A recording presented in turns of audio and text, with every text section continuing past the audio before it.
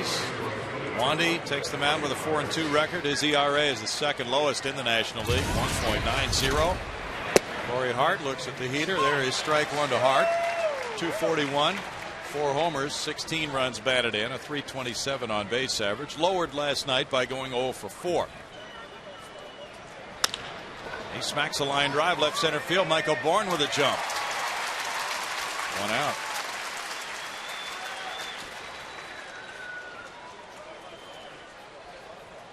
Now look at Wandy Rodriguez and his numbers, and he is second to Johan Santana in the ERA department.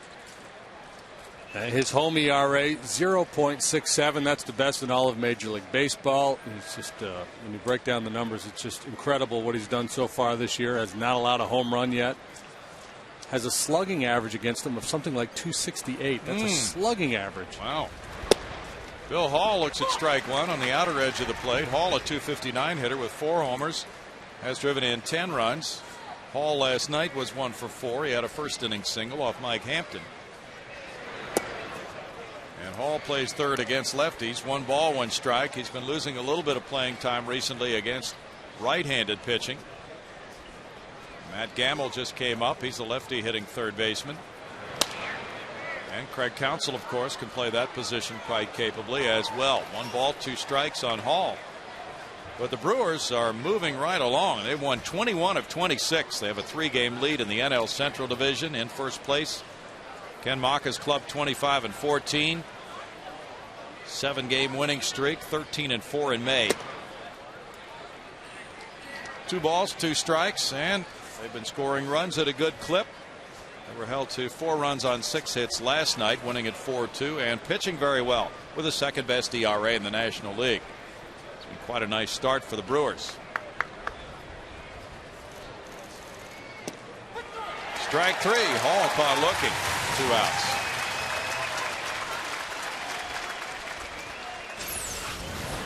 Don't really think Wandy wanted to throw his changeup that high, but Hall lays off of it and Wandy gets the call. And normally you're not thinking about, I'm going to throw that belt high changeup up there. When things are going well, they continue to go well for a while sometimes. Ryan Braun, though, can turn things around for a pitcher. 323, 8 homers, 29 runs batted in. A very tough out right now. He's 4th best in reaching base in the National League. That's an excellent pitch for strike 1. Braun in last night's game was 0 for 2, but he walked twice and scored twice. Walks really hurt the Astros. They walked 5 in the game, and 3 of those players who drew walks came around to score. 327 lifetime for Braun against the Astros. 32 runs batted in 29 games.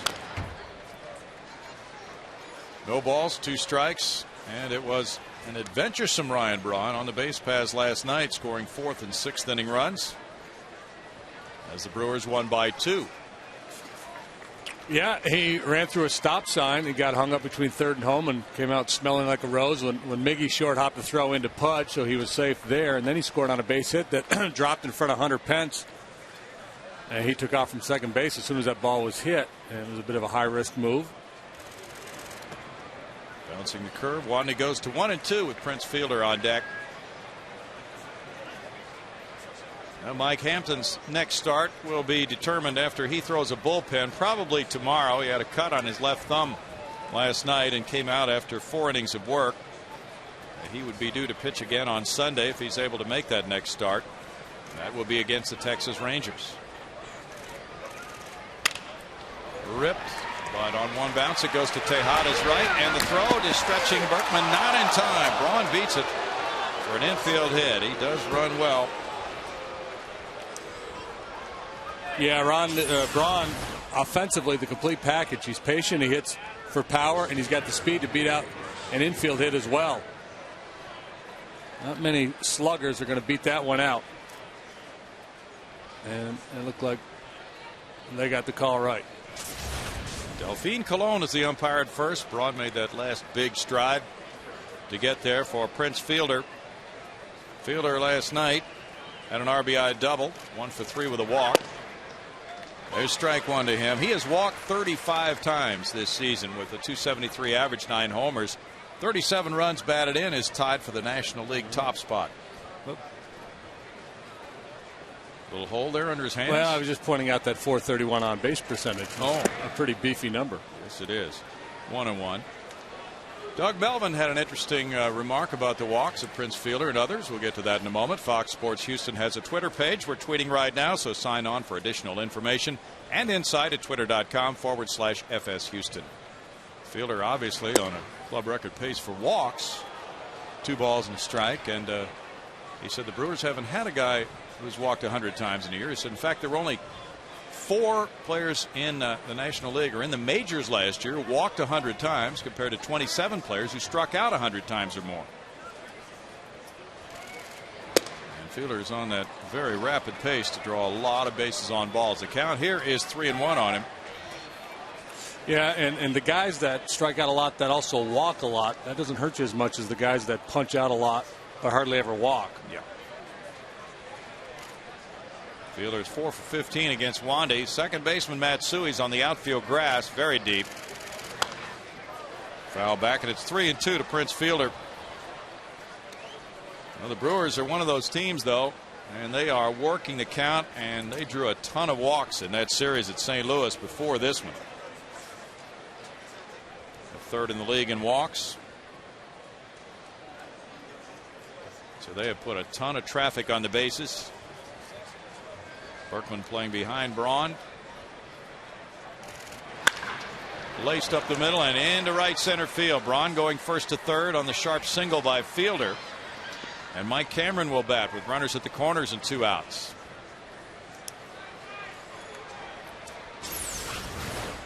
Yeah, Matsui swinging way over to his left, playing strong pull for Fielder. You see it there, a step or 2 into the outfield grass, and this ball really hit well by Fielder. Early opportunity for the Brewers. Yeah, they walk a lot, they strike out a lot. They have hitters who are willing to go deep in counts. That's the key, and you know, that's the Yankees years ago had all that success, drawing all those walks. You get starting pitchers out of the game early because of the pitch count. Mike Cameron looks at ball 1. We took a look at Cameron's numbers, and they include 5 for 15 against Astros pitching this year. He was 0 for 4 last night. Astros made a couple of good plays on him in last night's game. One by Lance Berkman, one by Jeff Blum. It's 2-0 to Cameron. Brewers are 16-7 within the National League Central Division, 9-2 on the road. Strike 2-1, and again a conversation tonight with Doug Melvin, the general manager of the Brewers, provided some perspective on the National League Central with the Brewers atop the division. He said, you know, people forget 4 teams in this division won 86 games or more last year. Bounce to third. Fair ball for Jeff Blum. He makes the long throw to Lance Berkman for out number 3. No runs, 2 hits. A couple of men left on base. A 0 for Wandy Rodriguez.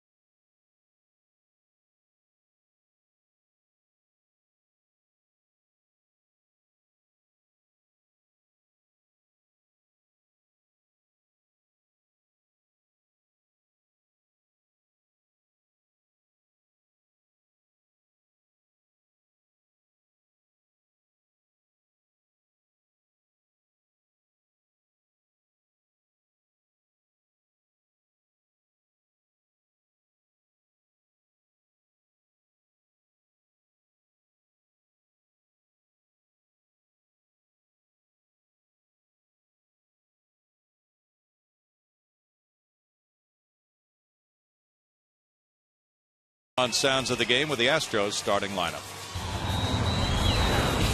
Hi, I'm Michael Bourne from Houston, Texas, and this is tonight's starting lineup for your Houston Astros. Leading off playing center field, me, myself, Michael Bourne. Batting second, playing second base, Kaz Matsui. Playing first base and batting third, Lance Berkman. Batting fourth, playing left field, is Carlos Lee. Batting fifth, playing right field, is the Hawk, Hunter Pence. Batting sixth, playing shortstop, is Miguel Tejada. Batting seventh, playing third base, is Jeff Blunt. Batting eighth and catching is Ivan Pudge Rodriguez. And batting ninth tonight and pitching for us is Wandy Rodriguez. Nice job by Michael Bourne. He just took a pitch. And now a line shot into right field. And this is the new starting lineup for Cecil Cooper with Michael Bourne leading it off. And there's some immediate result as he lines that hit and improves his .304 batting average and reaches for Matsui. Ken Maka looks like he's got a different lineup card. And he's going to come out and dispute and see if the Astros are batting out of order here. He waited till Bourne hit. He may have a card that has Matsui first. This happened the other day with Joe Madden. He lost his DH because he had listed both Evan Longoria and it escapes me who the other guy was, but he had two third basemen down on his lineup card. And so Andy Sonnenstein, the pitcher, had to bat.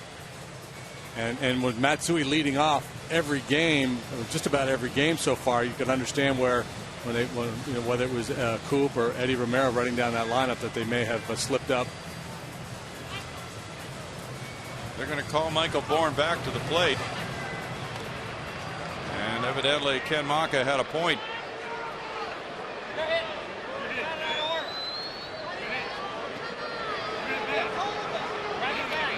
Okay, they're going to call Matsui out for batting out of order, and then they're going to make Bourne the hitter. Yes. I think is what they're going to do. The proper batter is out. So if the lineup card was turned in with Matsui leading off, and he's out.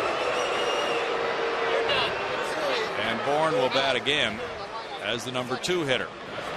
You're out. He bats again. You're up again. Very rarely happens in a major league game. Once in a blue moon. And this would be the situation when you make a lineup change, we take a guy out of his normal slot, and it's just human error. It's unfortunate. Kaz is now 0 for 1. Yeah. It's a tough one for him. It's 0 for 1 without batting.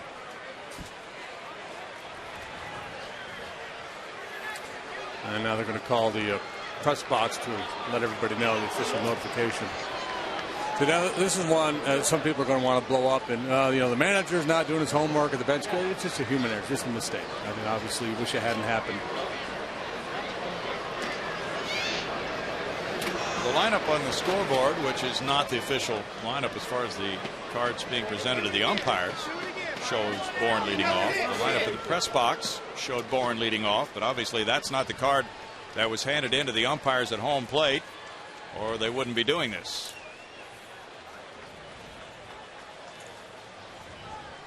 Well, while they settle this out, let's take a look at the Brewers' defense, brought to you by BMW. Ryan Braun's in left, Speedy Mike Cameron's in center. Corey Hart can go get him, and he throws well. He's in right. Holland Hardy, man the left side. On the right side, it's Casey McGee. He made his first major league start at second base last night. Prince Fielder anchors the infield over at first. Jason Kendall, the veteran, does the catching. Giovanni Gallardo, the young right-hander, just got a break, and he doesn't need many. He can flat out pitch. Well, he got a break the last time he pitched Friday at St. Louis. Pitched a couple of innings, gave up a homer and 2 runs, but that was washed out of the books on a rainout. So now Bourne has lost a hit, but he gets another chance.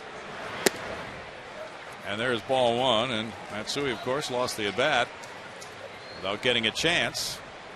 Lance Berkman on deck as Bourne bats twice in the inning. It's 2 balls, no strikes, and that's the way to do it, the way Ken Maka did. Wait to see what happens, and if the batter reaches base, at that point you challenge it, and the proper batter is out. Proper batter being Matsui.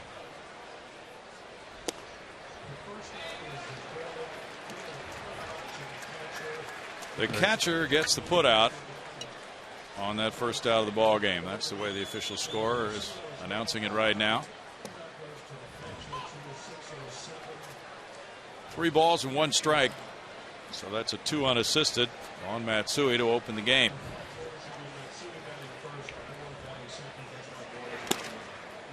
And Bourne draws a walk. He's having a big inning. He's been on twice. You can't get this guy out. That's just Gallardo's sense of fair play. So he earned it. I'm going to give him a freebie. Yeah, now if Michael had made an out, Ken Maka doesn't come out to challenge. Correct. Then Matsui comes up to hit. Then that becomes a batting order the rest of the game. Yes. Once you don't challenge it at that point, then that batting order becomes legal. That's right. Lance Berkman, the batter. Infield is shifted around, playing him to pull as Bourne draws a throw. Bourne is 13 of 16 in steals. He leads the National League in stolen bases. One reason for this switch, with Bourne supposedly leading off, although it didn't work out that way tonight, is to allow him more chances to run. Yeah, Matsui, a guy who you want up there taking pitches, allowing Michael Bourne to try to steal, sacrificing, hit and run, all that kind of stuff. And so with Bourne hitting in front of Matsui, that makes all the sense in the world, because when you have Lance Berkman or Carlos Lee hitting, you don't want them focusing on what is Michael Bourne going to do. You just want them looking to drive the ball. No balls and 2 strikes. And Cecil Cooper said he wanted to take a little bit of pressure off Matsui by dropping him to the number 2 spot. He spoke with Matsui. He spoke with Miguel Tejada, who moves from 5th to 6th, and they were both fine with it. Carlos Lee on deck.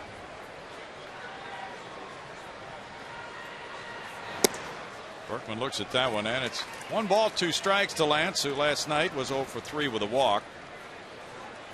Gallardo's one of those pitchers that if you were to ask scouts or opposing hitters what's his best pitch, you might get 3 or 4 different answers.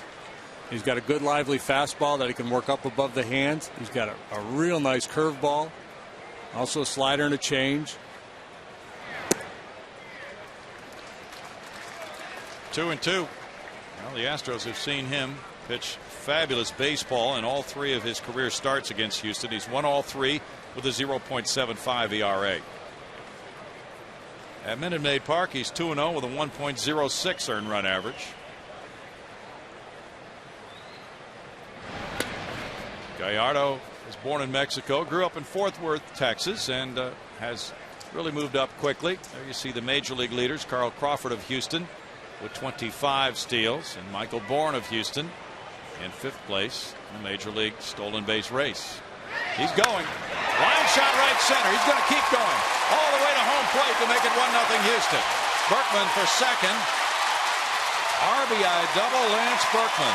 22 runs batted in. Bourne scores. The Astros are on the board first.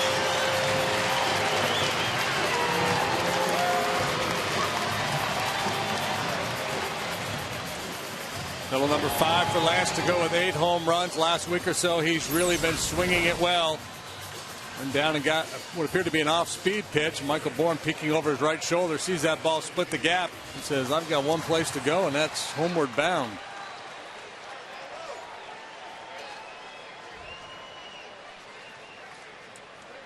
And he's at second for Carlos Lee now. Lee hit a 2-run homer off Gallardo in the game here, which Gallardo won 5-2 on the 24th of April. That was Gallardo's first major league complete game. Carlos on the ground.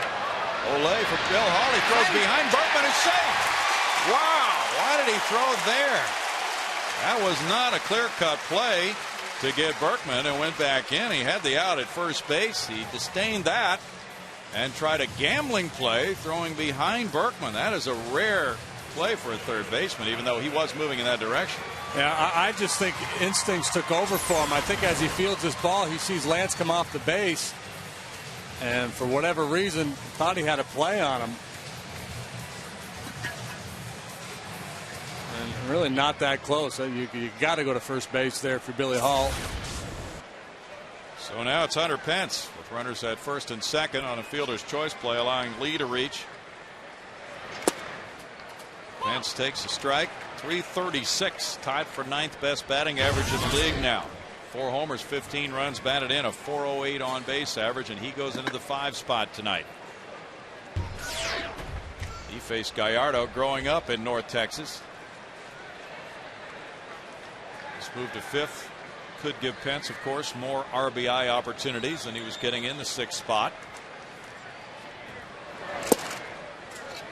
He looks at that one, and it's 1 ball, 1 strike. And both he and Tejada are having good seasons, but this is just something that Cecil Cooper decided to do. He had this kind of a feel for this lineup tonight and wanted to give it a shot.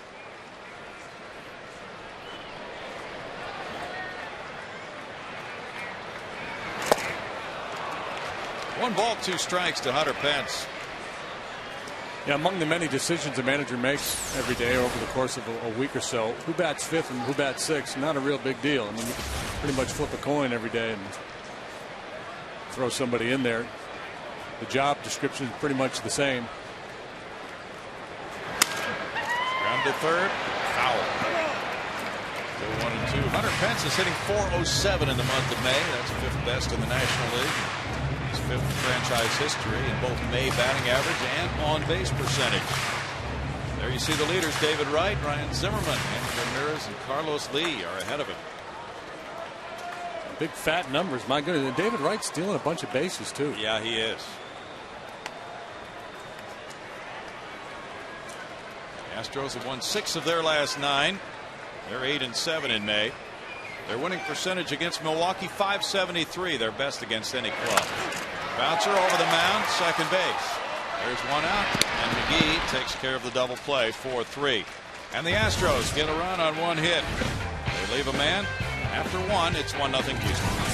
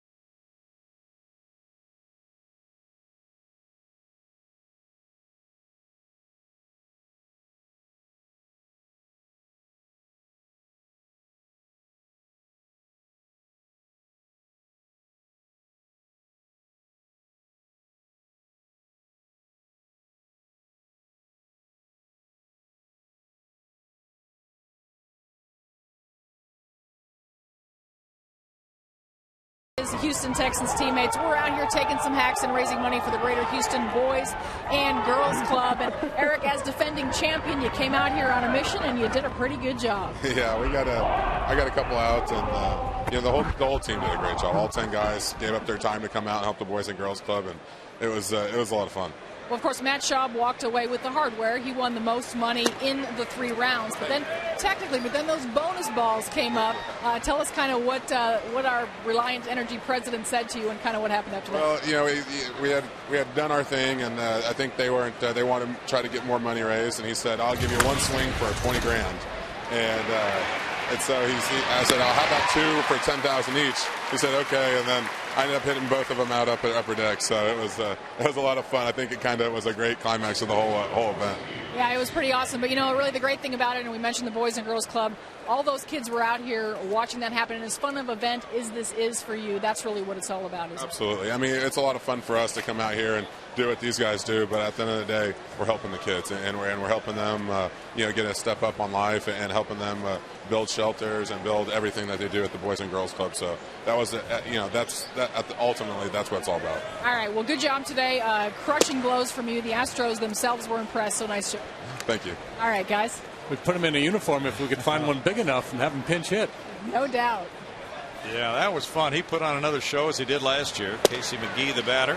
Jeff Blum made a good play on J.J. Hardy leading off the inning. Now the count for Wandy Rodriguez 1-1 on McGee, who's 3 for 18 with 1 RBI since being called up from a sizzling start at AAA this season. I think Eric could have a pretty good career in that slow pitch softball circuit after his football days are over. Well, he was telling me he grew up in Midland and he was a baseball player. He was a pitcher, and that was going to be his goal. Then he just kept getting bigger and bigger. And now he's a lineman. Line to the left field corner. And one hops the wall. McGee is headed for second base. And in with a double, his first. Hit number 3 for the Brewers. You see a ball hit on a line like that to left field, and you think, well, Carlos is going to hold him to a single. He's become so adept at playing the carom out there, but this ball heads to the corner, and it becomes an easy double for McGee. But that ball straight away left. Carlos has played perfectly pretty much all year long here, and really going just one time after another. Jason Kendall got a night off last night after getting hit number 2,000 of his career the night before in St. Louis. Mike Rivera did the catching, as he always does when Dave Bush is on the mound. And now Kendall back in the rotation, looking at ball 1 with a .234 average, no homers, 14 runs batted in. He got a single off Kyle Loesch for hit number 2,000 of his career. And he is 8th all time in hits among those who have caught 1,000 games. When he was with the Pirates, hit at the top of the order, had some years where he hit for a very high average. He's never hit for much power. This year, no home runs and just 4 extra base hits. He's got 3 doubles and a single, but a couple of pretty good resumes right there. Catching tonight, Jason Kendall up over 2,000 hits now, as Brownie mentioned, 8th all time among catchers who've played at least 1,000 games. And Pudge, well, he's the leader of the pack. Number 2 is Ted Simmons, 3 Carlton Fisk, Yogi Berra, Mike Piazza, Gary Carter, and Johnny Bench. Ahead of Kendall. Bench with 2,048. It's 3-0 to Kendall. Kendall's walked a dozen times this year. He was a consideration as a possibility to lead off for this club after Ricky Weeks went down for the season and having surgery on his wrist. Strike, and it's 3-1 with Gallardo, who swings the bat very well on deck. Kendall, a real workhorse. This is his 34th game as the Brewers catcher this year. He caught 149 last year. That's a club record. Blum to his left, looks the runner back. 2 outs. This weekend, it's the Lone Star Series, the battle for the Silver Boot. On Friday, the first 10,000 fans will receive a Lone Star Series cap. That's courtesy of Farmers Insurance, modeled there by Wave. And then after the game, we've got Friday night fireworks presented by Marathon Oil Corporation. On Saturday, after the ball game, it's a post-game concert, and that's Reckless Kelly entertaining. Tickets available at Astros.com. Giovanni Gallardo has belted 2 homers. He's driven in 4 runs, 4 for 17 at the plate. There's strike 1 to Gallardo. Has 4 career homers already and 4 doubles. .235 batting average for Gallardo. Pitched 8 shutout innings against the Pirates and hit a solo home run in a 1-0 ball game. Headed for the gap in left center, Michael Bourne runs it down. No runs, a hit, a runner stranded at second base. 1-0 Astros after 1.5.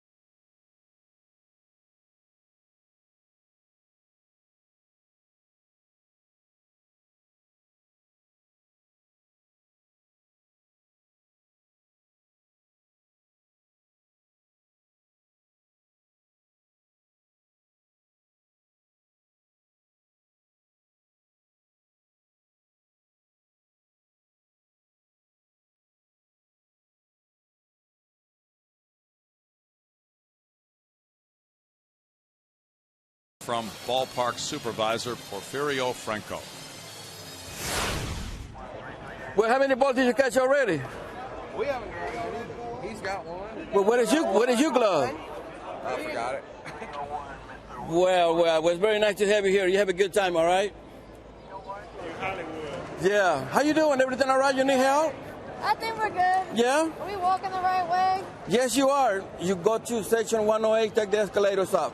108 and take the escalator? 3 flights up. Okay, thank you. Have a good time. Part of the experience of being at the ballpark right there, the personalized treatment. Ball 1 to Miguel Tejada. .318 batting average for Miggy. And he whacks one a long way left center field. Cameron heads back, watches this one go way past him. And Miguel Tejada takes the tour.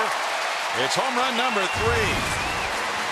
2-0 Astros as Miggy gets his 49th hit of the young season.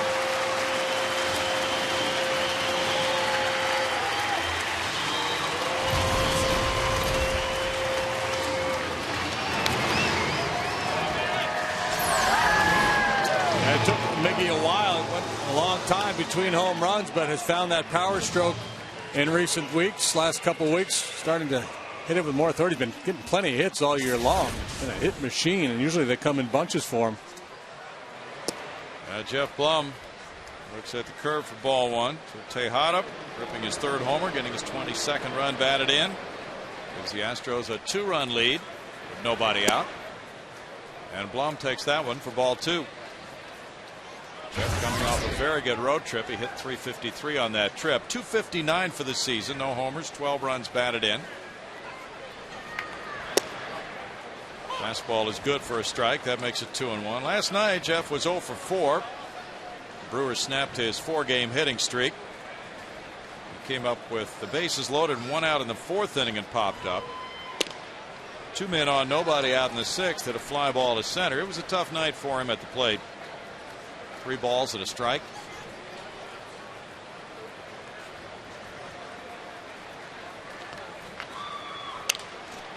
Ground ball. Bill Hall leaving his feet. Throws from his knees. Excellent play by Hall. He was well off the line.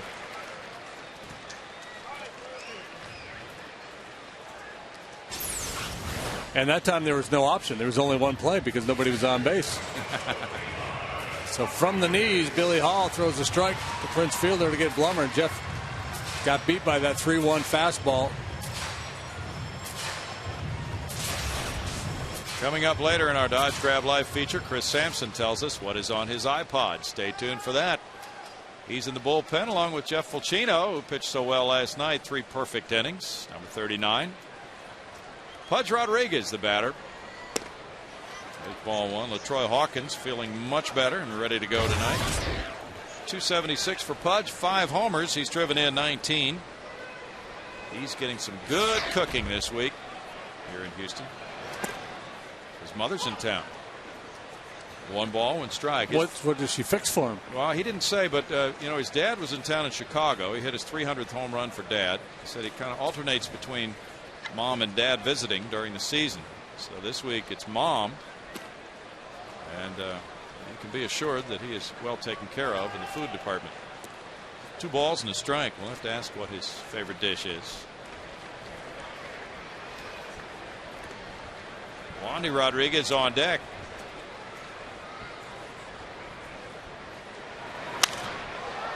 Pudge fouls it back. It's 2 balls, 2 strikes. Yankees lead the Orioles 5-3.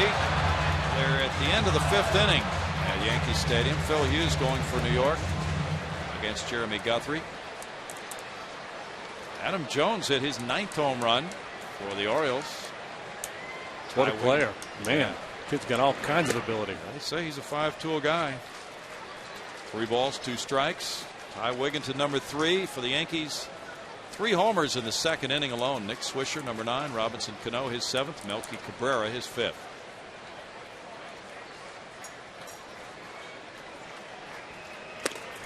Upstairs, Pudge takes the walk. Or did he? No. He was called on appeal by Delphine Colon for swinging at it. And Pudge going at it from a distance with Colon here as Aaron Cooper, the home plate umpire, intervenes. Strikeout number 1 for Gallardo. Well, probably something along the lines from Eric Cooper. Like, well, there's nothing you can do about it. He rung you up. You might as well go get your gear on and get ready to catch. That didn't look like much of a swing. No, that wasn't a swing. He had his hands way out in front of the bat.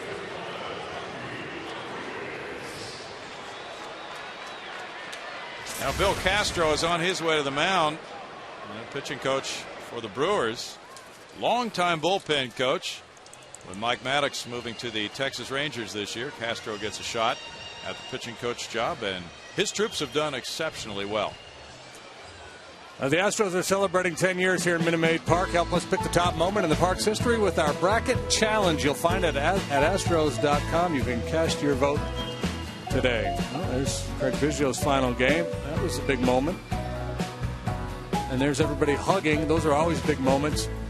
They're jumping up and down, going, yeah! It's the 0-4 wild card clincher. Does that mean they clinched the wild card, or they won the wild card round of the playoffs? Oh, that means they clinched the wild card spot to go to the playoffs, yeah. Now Wandy Rodriguez. I wonder what Bill Castro was doing, chatting with Gallardo at this stage of the ballgame. I wondered the same thing. 2 outs, nobody on, and Wandy up there. I wonder if he saw something. I was wondering if he was hurting a little bit. Well, that would be a good question. Or maybe he might have said, look, you've been struggling with whatever. You got the opposing pitcher up there. Why don't you take this opportunity to try to make that pitch, whatever it is. Okay. I think it's his fastball location. What do you think it is? Well, he's been pumping fastballs here. Maybe that's what it was. Let's just see if we can throw a series of good fastballs down around the knees, find that release point. What a fine young 23-year-old hurler. Little chop back to him. But he gave up a leadoff homer here in the second inning to Miguel Tejada, number 3 of the year for Miggy, makes it 2-0 Astros.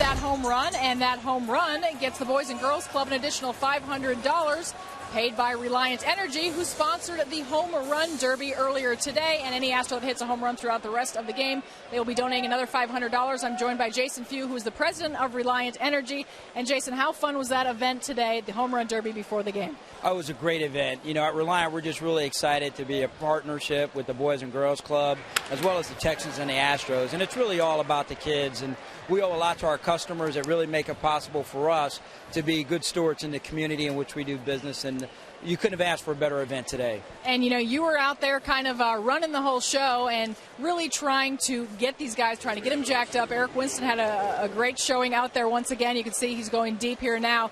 And you challenged him to hit some home runs, some upper deck ones, and he stepped up to the plate, didn't he? Yeah, we tried to add a little something different this year. We added some extra targets out in the home run zone, $10,000 sections, and then we really wanted to get the players really excited about it. And they're such great sportsmen, obviously, and they get excited about a chance to help the Boys and Girls Club. And he really stepped up big there in the end and added another $20,000. And just over the last 4 years, in our Home Run Blast Derby, we've donated over $160,000 to help the Boys and Girls Club. We had $31,300 tonight, another home run already, so we're adding another $500 to that. So we're already off to a very good start for the Boys and Girls Club. All right, and real quick, I know you've got some new stuff going on. Kevin Eschenfelder asked if the rates were going to go up. You said no. Absolutely not. In fact, we've announced that we're lowering our rates by up to 10%. We've been with our new commercials telling everyone that, and we're just excited to be a part of this community, excited to help the Boys and Girls Club. Great working with the Texans and the Astros, and thanks to our customers, and enjoy those lower rates for the summer. All right, thanks so much. Good job. Thank you. All right, guys. Thank you, Patty. Corey Hart led off with a single to right center, and then Bill Hall was off balance as he hit that ball in the air to second base. So one out now, and here is Ryan Braun. Braun had the infield hit to shortstop in the first inning.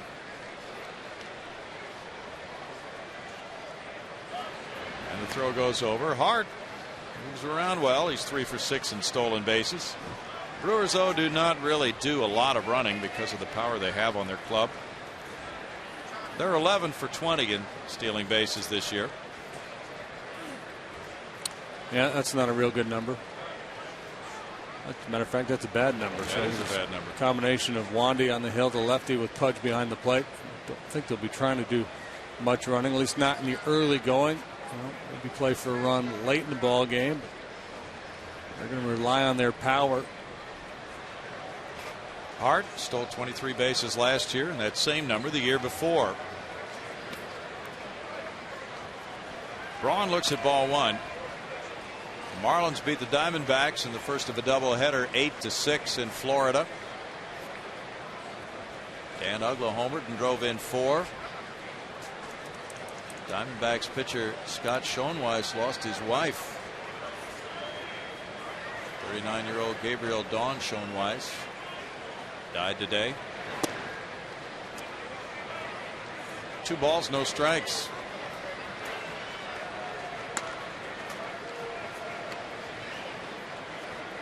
Chris Volstad the winner, and Matt Lindstrom got save number 8 for the Fish today, with Doug Davis taking the loss in game 1 of that twin bill.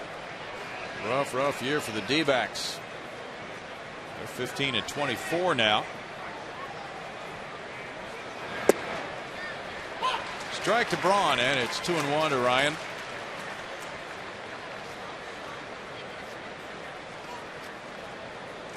One of the Brewers' fine young homegrown players. First round pick in 05. He was the 5th player drafted that year. His younger brother Steve is a Brewer farmhand now.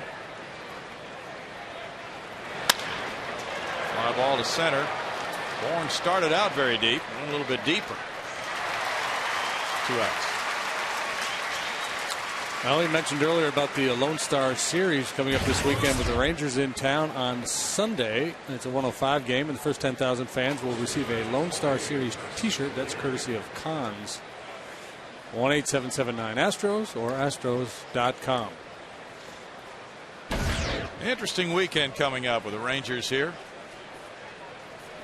Prince Fielder had his base hit to the right of Matsui into right center field in the first inning. Fielder's the only Brewer to start every game this season. And with Wandy on the hill, the lefty, Fielder the only left-handed bat in the lineup for Ken Maka tonight. He's got 4 lefties on the bench. Fielder plays against everybody, and he hangs in there well. In terms of batting average, about the same left and right this year. Matsui very deep. Tejada on the first base side of second, and the count runs to 2-0 on Fielder with Mike Cameron on deck. There's where the Astros have deployed their players.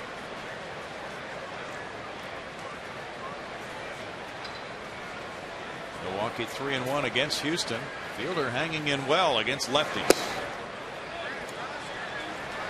It's 3-0 to him here. He's on a pace for 145 walks. The club record of 99 was set in 2000 by Jeremy Burnitz.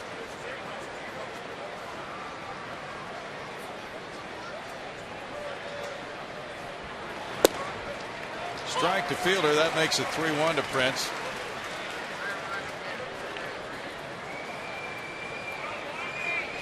Pirates and the Nationals are tied 1-1. They're in the bottom of the 6th at Washington. John Lannon going for the Nats against Paul Maholm. 3 balls, 2 strikes. Well, it was good to see the Texans out here with that charity batting practice. $31,000 going to the Boys and Girls Clubs.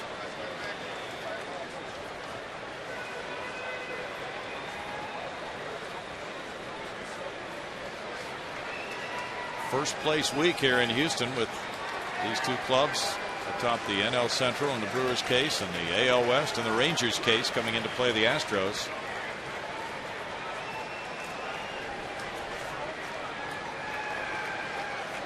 Jose Valverde is on his way to Miami for a second opinion on his calf injury. He's been rehabbing for the last few days at Methodist Hospital. Runner going. Fly ball left. Carlos Lee heads in. Now back a little bit. And over toward the line for the 3rd out. No runs ahead. A runner stranded. 2-0 Astros after 2.5.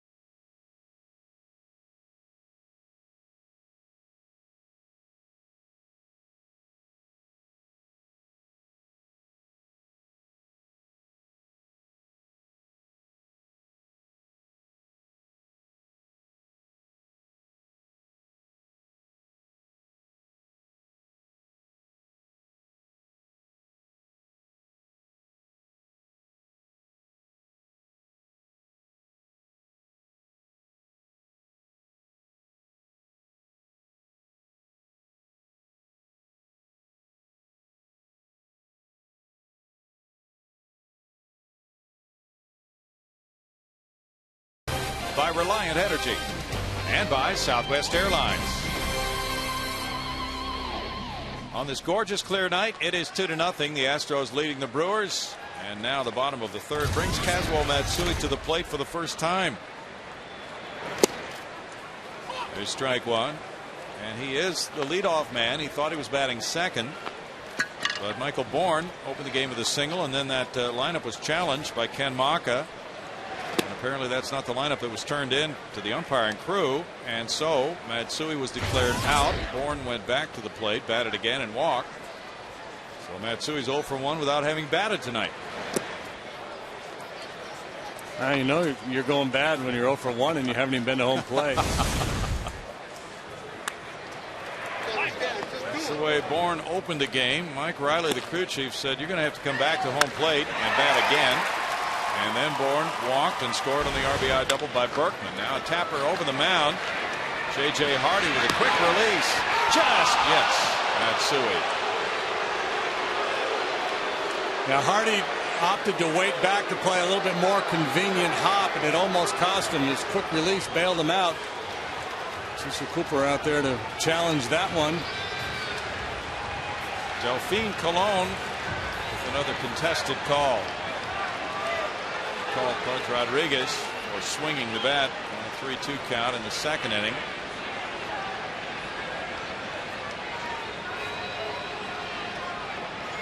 was very much a close play. When Hardy laid back then, he really had to gun it. I would be in favor of changing the Major League rules to disallow arguing plays like this. If you're a pitcher, and it's good gamesmanship if you're the manager to go out there and get in the umpire's face. I have nothing wrong with Coop doing it. It's within the rules, but it seems silly to me that an umpire would be able to argue this play, a judgment call on a bang-bang play like that at first. Oh, that looked like he beat it from that angle. Michael Bourne, the batter. There's strike one to him.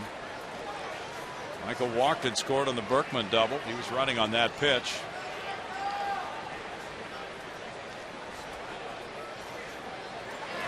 That's if I were the head of the umpires union, that's what I would argue for. Managers can't come out and argue bang bang judgment calls. Okay. You may be contacted very soon. They'd be assessed a technical or something. 2 balls and a strike. Well, Michael, as the leadoff man in 7 games, has hit .222, but he has a .364 on base percentage this year. Or maybe we could amend that. Managers can only come out and argue if they're going to just go blotto, because then there's entertainment value. Scream and yell, throw the base, and do a little Earl Weaver imitation. Plenty of that. Strike 3 for Gallardo. Gets his second strikeout. Well, can't fault Michael for not offering it that one. Looked like it might have been a little bit high, or certainly at the top of the strike zone. Tough to do anything with that pitch. Gallardo, he can do that. He can beat you down and on the knees, and he can climb the ladder with that 4-seamer as well. Our league leaders brought to you by your Texas Ford dealers. The Astros pitchers with the most complete games here at Minute Maid Park since it opened in 2000.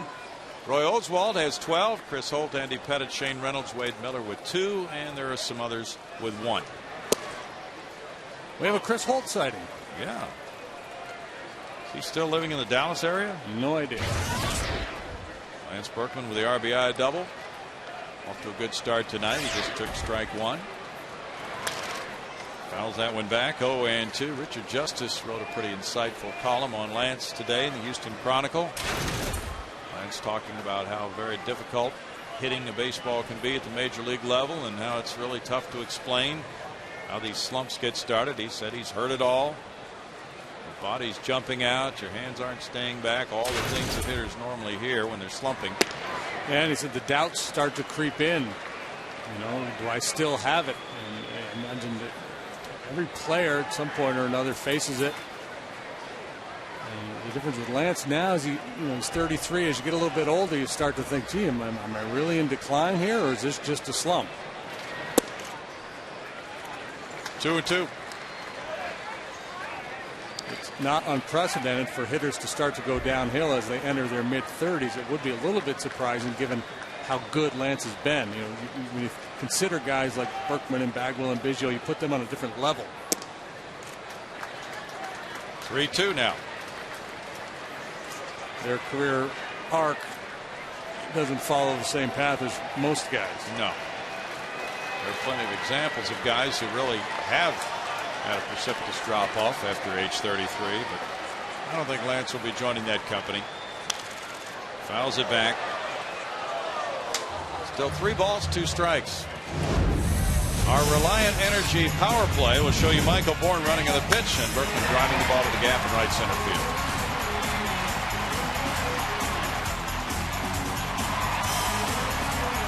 That made it 1-0 in the first inning. As he bats here with 2 outs, nobody on, it's a 3-2 count. And ball 4. He looks like the Berkman of old tonight so far. Yeah, the last week or 10 days, he hit 450 or something like that on the road trip, and he's hitting the ball with authority, and you can tell by the way he's taking pitches and reacting at home plate. Looks like he's seeing it better, just more comfortable in the batter's box, not trying to force things. Well, he's 3rd in the league in walks. He's on now for Carlos Lee. El Caballo reaching on that fielder's choice play in the first inning when Bill Hall tried to throw behind Berkman. There's a shot by Bill Hall, left field corner. Berkman stumbles around second base, and he'll have to hold up there as Lee bangs his hands together around first. So it looked as if runners would be at second and third with 2 outs, but instead Berkman Stumbled around second, and it's just a single for Lee. Crazy game tonight so far. It's a sniper. Seeing Lance as he starts to break down. And the ball died. It hit the little cutout down there and just stopped there. So Braun had a long way to go get it. It's not so much the fact that Lance didn't get to third with 2 outs, but the fact that Carlos wasn't able to get to second. Is he pointing at a full moon, maybe? Yeah. That must be a full sniper. moon. No, it's a sniper. Okay. Sniper in the upper deck. Hunter Pence, the batter. He bounced into a 4-3 double play. Fouls it back for strike 1.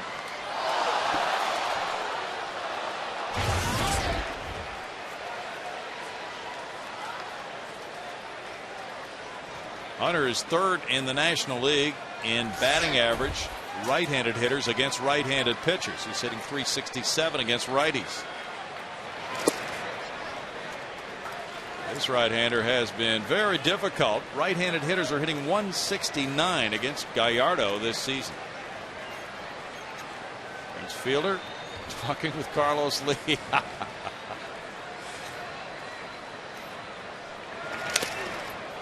Foul, and it's 1-2 to Hunter Pence. When Rich Donnelly was coaching in Milwaukee and Carlos was on the team, Rich nicknamed him 7-Eleven. His mouth is always open down there. He's providing a little stand-up routine for Prince. Donnelly's a piece of work. Tigers lead the Rangers 5-2, top of the 7th in Detroit. Hunter checked his swing. The count running to 2 balls, 2 strikes. Detroit won last night behind Dontrell Willis. Tonight it's Justin Verlander leaving after 6 innings of excellent baseball, giving up 1 earned run. Matt Harrison was the starter for the Rangers.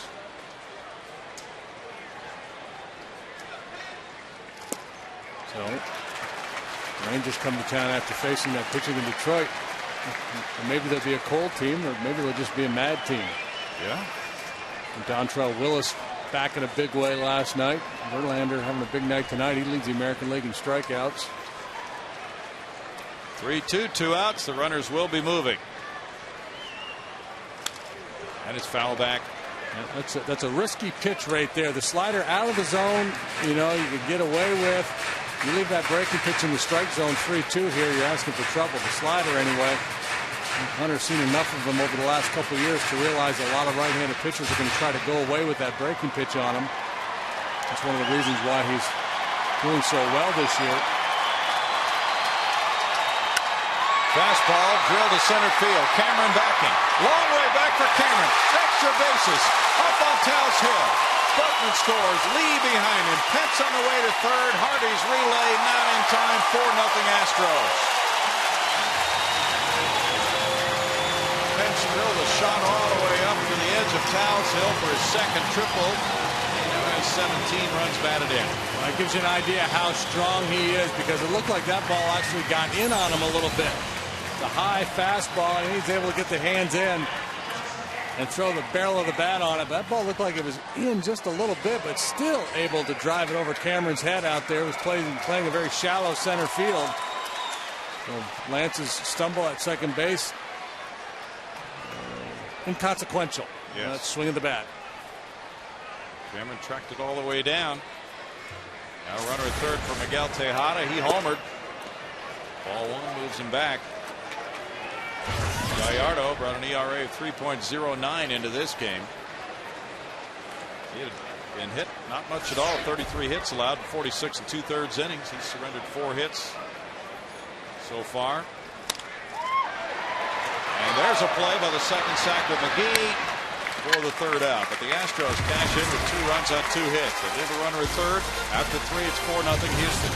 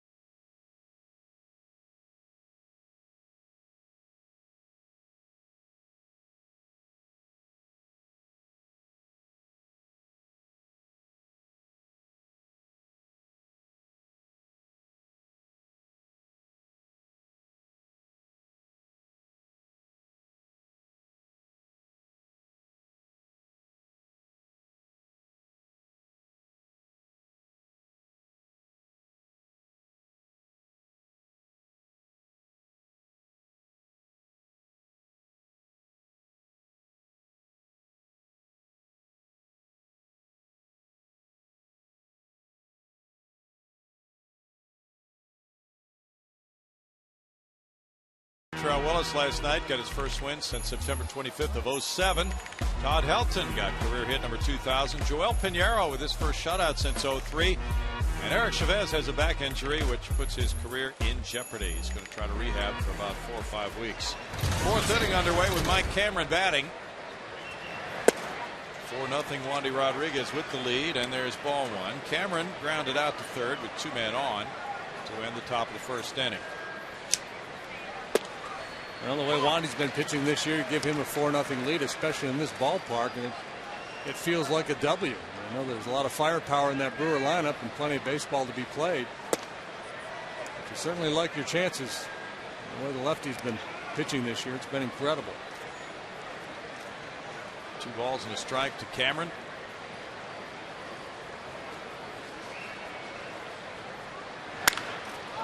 He rips that one to left field. It's hooking hard, but it stays fair, and that's a Mike Cameron long ball. Number 8 for Cameron makes it a 4-1 Houston lead, and that snaps an 0-for-14 slump for him. And just jinxed the daylights right out of you, Wandy. First home run that Wandy has allowed this year.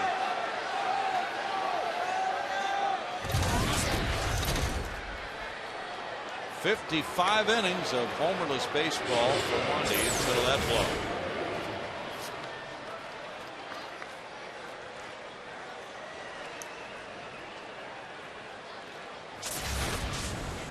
Brewers have hit 51 long balls this year. J.J. Hardy looks at ball one. Well, Cameron now has 8 homers, 21 runs batted in. It's 2 balls, no strikes. Brandon Inge hit number 11 tonight for the Tigers, with Nelson Cruz connecting for his 8th for the Rangers. Two and one. First homer allowed this year. Yeah, he goes back 88 in a third innings. August 10th of last year, the last time he allowed a home run prior to that one. Hunter Pence over in right field toward the corner. At the edge of the wall. 1 out.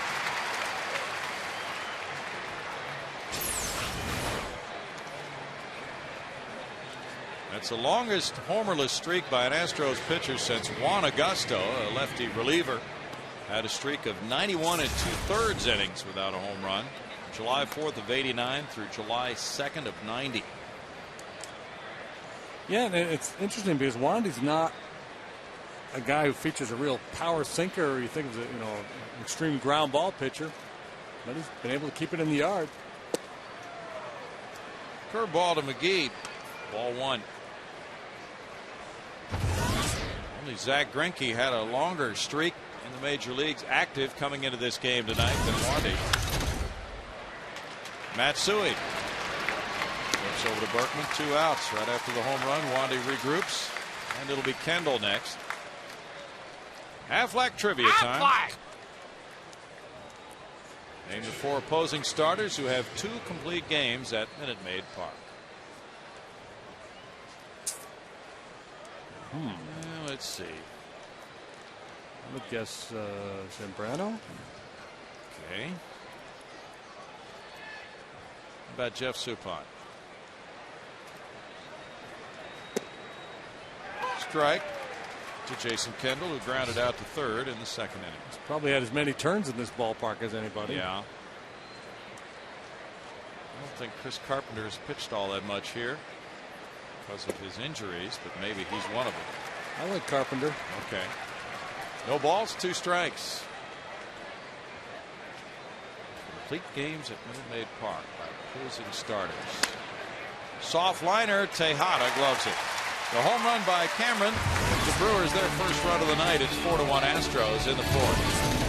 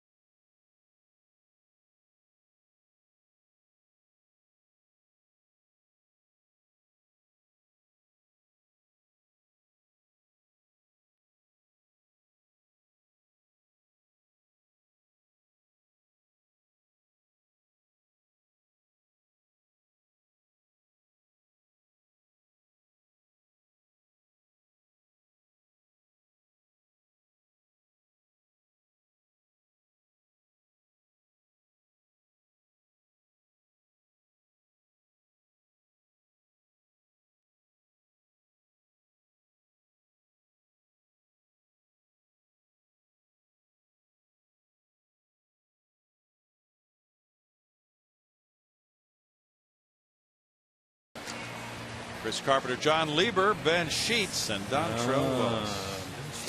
Dontrell Willis. Surprising. Yes, it is.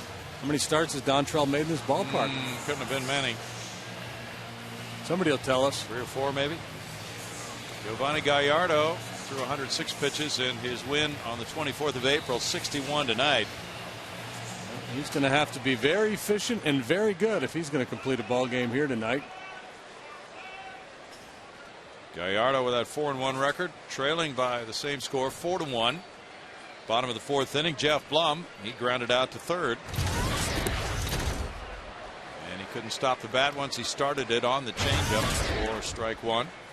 Gallardo has thrown at least 100 pitches in all 7 of his starts this year. Ground ball to Fielder. There's 1 out. Bud Rodriguez following.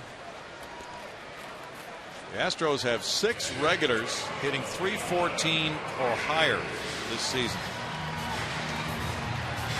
But they're only 12th in runs scored in the National League. Where do they rank in on base? Last time I checked, they're like 10th 13th or 14th. Oh, so they're climbing a little bit. Yeah, he's been better for them offensively. Bud Rodriguez struck out, much to his dismay. He was called for swinging the bat by Delphine Colon. And there's strike 1.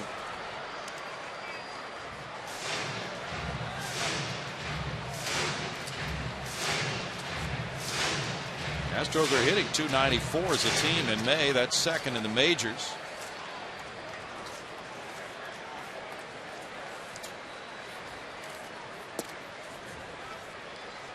It's 1 ball, 1 strike. Yeah, that .314 batting average for the 6 regulars. That's for May only. They have 4 starting players hitting .300 or better for the season. That's tops in the league. Fly ball to center. Mike Cameron. 2 down, and it's Wandy Rodriguez next.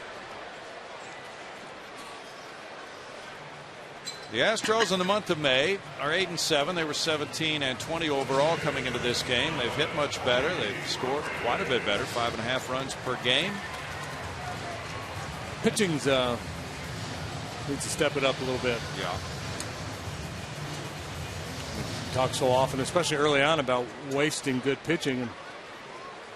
And man, I guess it's been a case of wasting some good offensive performances. Good hack, Wandy. It's a way to turn it loose. He is hitless for the season, 0 for 18. What did he do? Can't tell. Did he tweak something, or is he just talking to himself? I like the fact that he's swinging. I don't know. Making faces. He's setting Gallardo up. He's going to convince him to throw him a BP fastball here. See?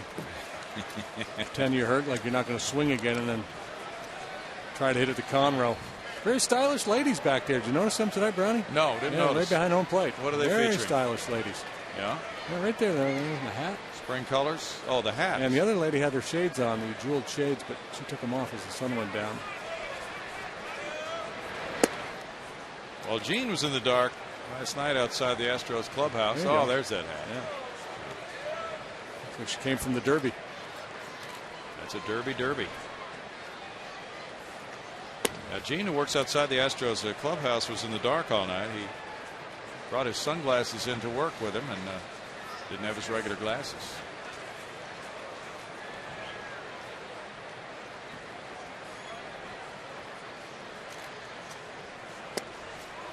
Gallardo gets a strikeout, and that makes it a 1-2-3-4 for him. That's his 3rd strikeout of the night. After 4, it's 4-1 Astros.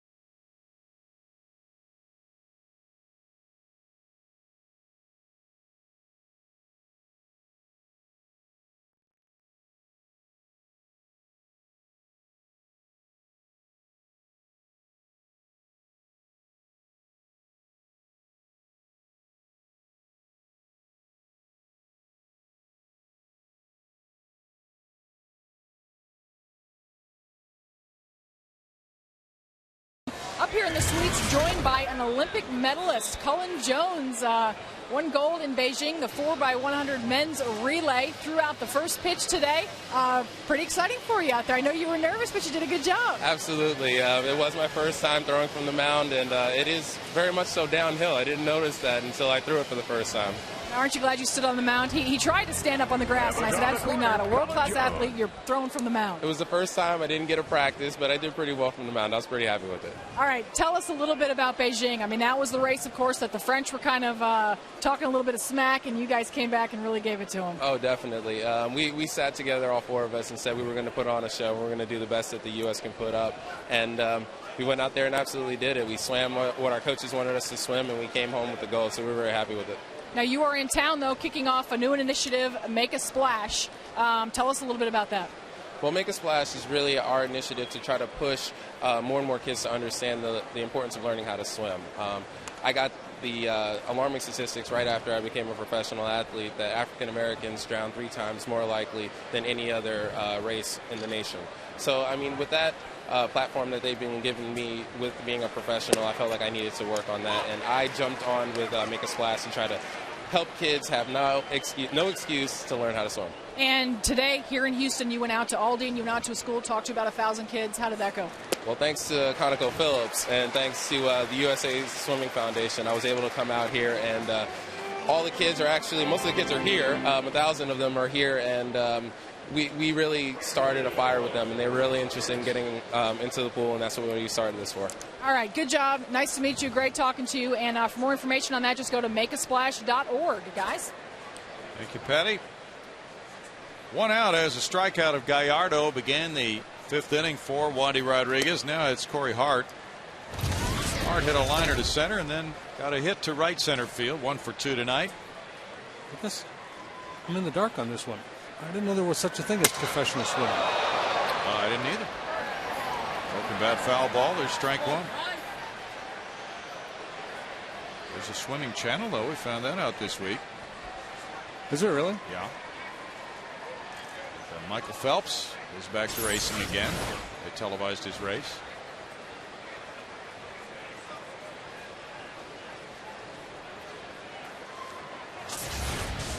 Just another broken bat for Wandy Rodriguez. 1 ball, 1 strike to Hart. That one bounces and it's 2-1. How about parimutuel betting on swimming? I would have something. Well, okay. No, because the Olympics are exciting for Yeah. swimming, but that's the Olympics. Right. And people really don't pay much attention other than the Olympics. But if you could go to the pool and bet on a trifecta like you can at the horse race.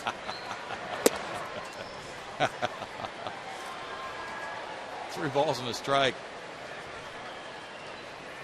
Bill Hall's on deck. Home plate umpire correcting the scoreboard now. Corey Hart wants to make sure he knows what the count is.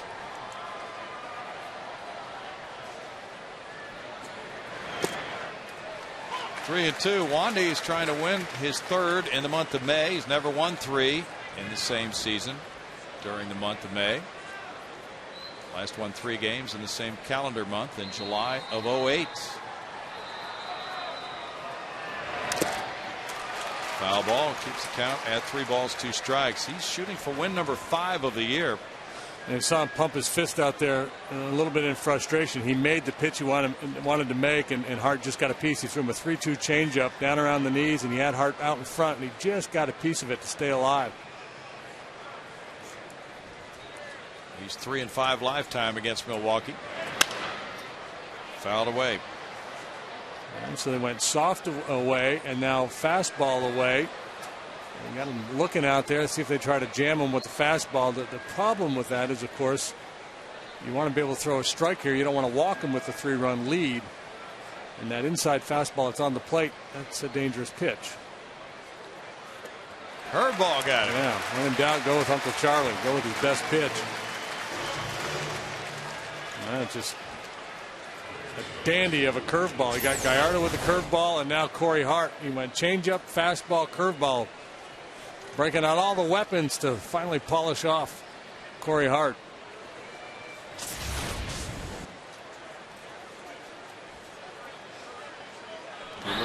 Roosters. They are our progressive fans of the game.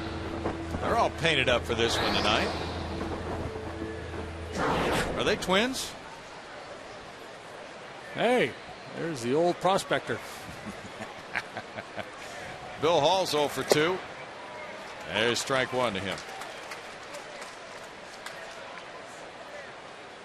Wandy's ERA through the first 8 starts, the lowest by an Astros starter since Roger Clemens through his first 8 starts of 05. No balls, 2 strikes. Ryan Braun on deck. That's incentive to get Hall here and end the 5th inning. Wandy's ERA the lowest by a left-handed starter for his first 8 starts since Randy Johnson was with the Astros in '98. They traded for him at the end of July that year, and he went 10-1 with the Astros. 2 balls, 2 strikes.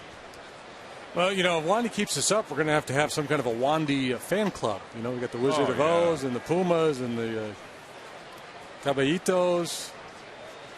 We got a Hunter's Lodge coming up. We do? Yep, that's going to be a new one. Didn't know about that one. Yep, it's going to be clubs. There's going to be a new promotion called Hunter's Lodge, and if you buy seats in Hunter's Lodge, you'll get a specially made T-shirt. Okay, you get a moose head. You probably get a big horn. Okay. Swing and a miss. Wandy strikes out the side. Break out the magic wands. It's 4-1 Astros after 4.5.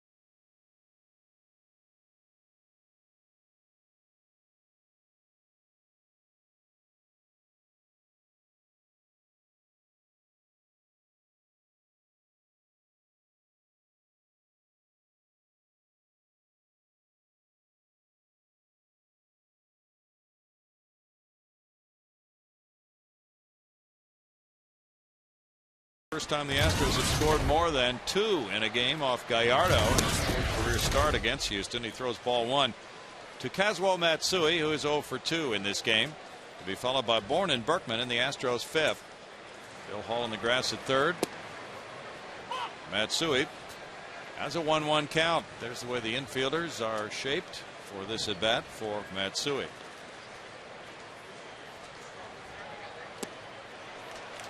One and 2. Kazuo doesn't have the on base average Michael Bourne has to this point of the season. .298 on base average coming into this game compared to Bourne's .373. Well, they tried to move him out of the leadoff spot, but it didn't work.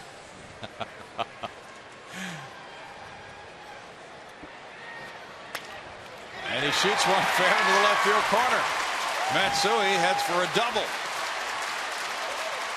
His 6th of the season.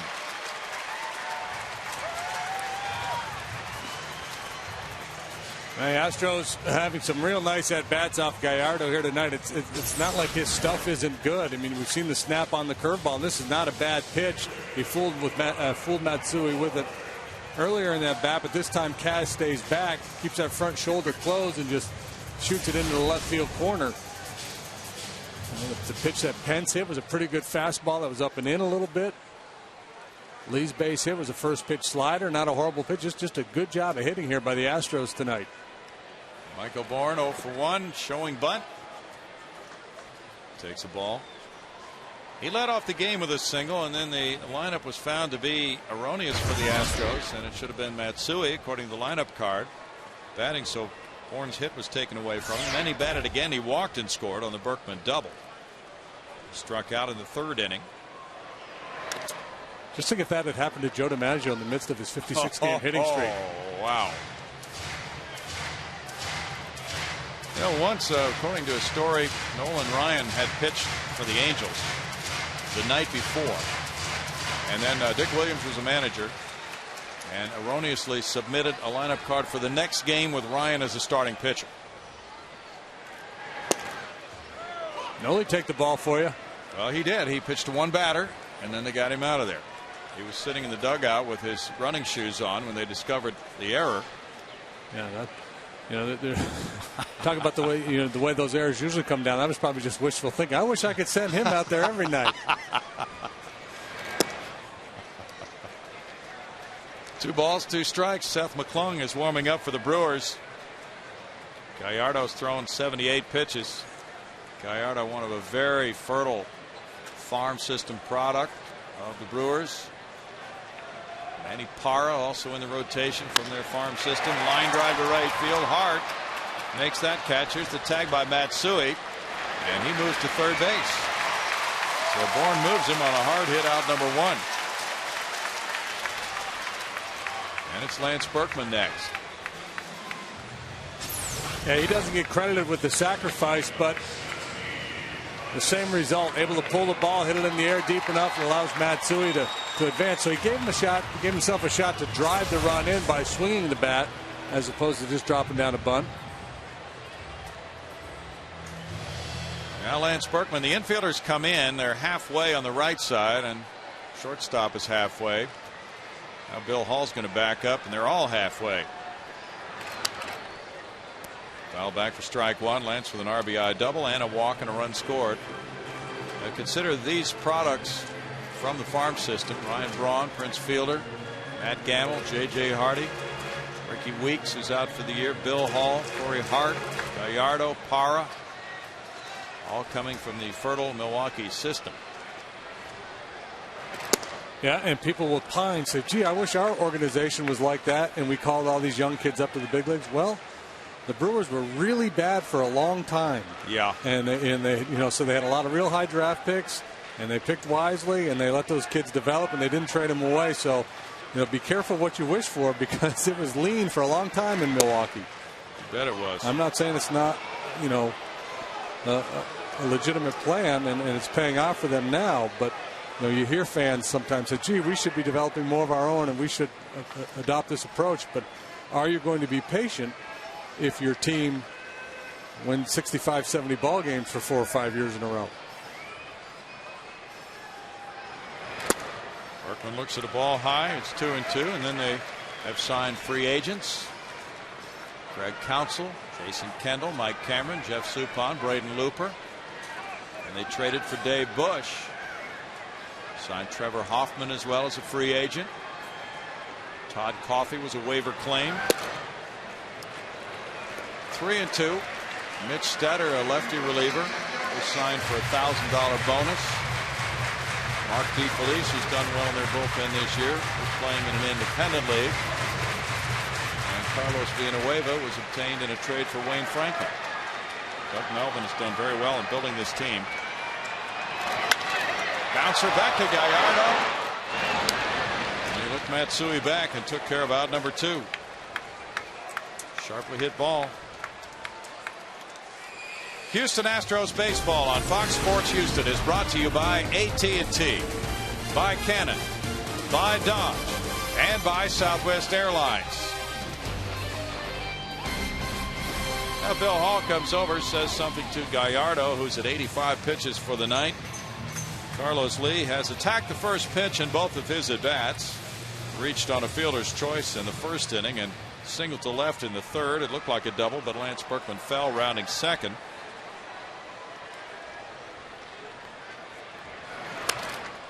Good cut there, and there's strike one as he once again goes for the first pitch from Gallardo.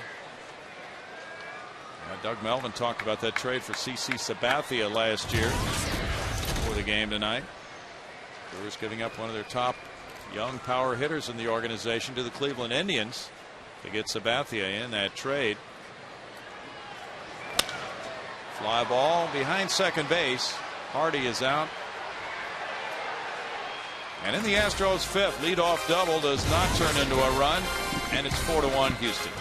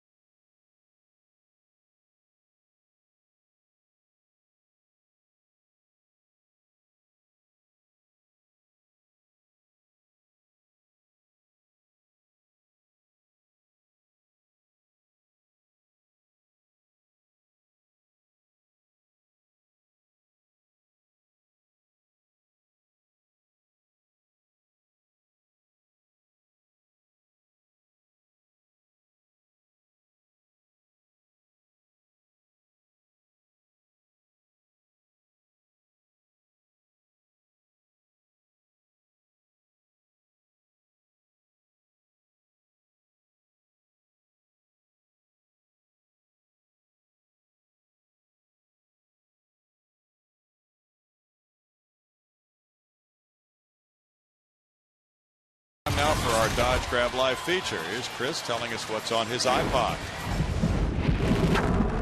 What's my iPod? A lot of country music, a little bit of pop, mostly got a lot of George Strait, Kenny Chesney, but that's the majority of my iPod. And a little, as of right now, my favorite song is Chicken Fried by Zach Brown Band. Chris getting loose there. He hasn't begun to throw yet with Wandy Rodriguez and the Astros leading at 4-1. Sixth inning begins with strike one from Wandy to Ryan Braun. Braun is 1 for 2. Wandy's retired 6 in a row. And there are the pitching lines of Gallardo and Rodriguez stacked on top of each other. 1-1 with Fielder and Cameron to come here in the sixth inning for Milwaukee.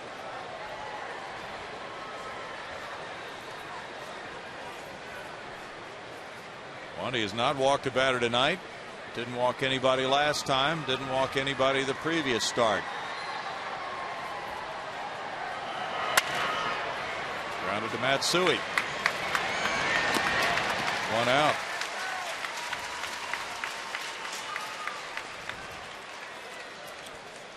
Don't forget, folks, if an Astro ever hits the Chick-fil-A foul poles, fans from the game can take their ticket stub to any greater Houston area Chick-fil-A and receive a free chicken sandwich.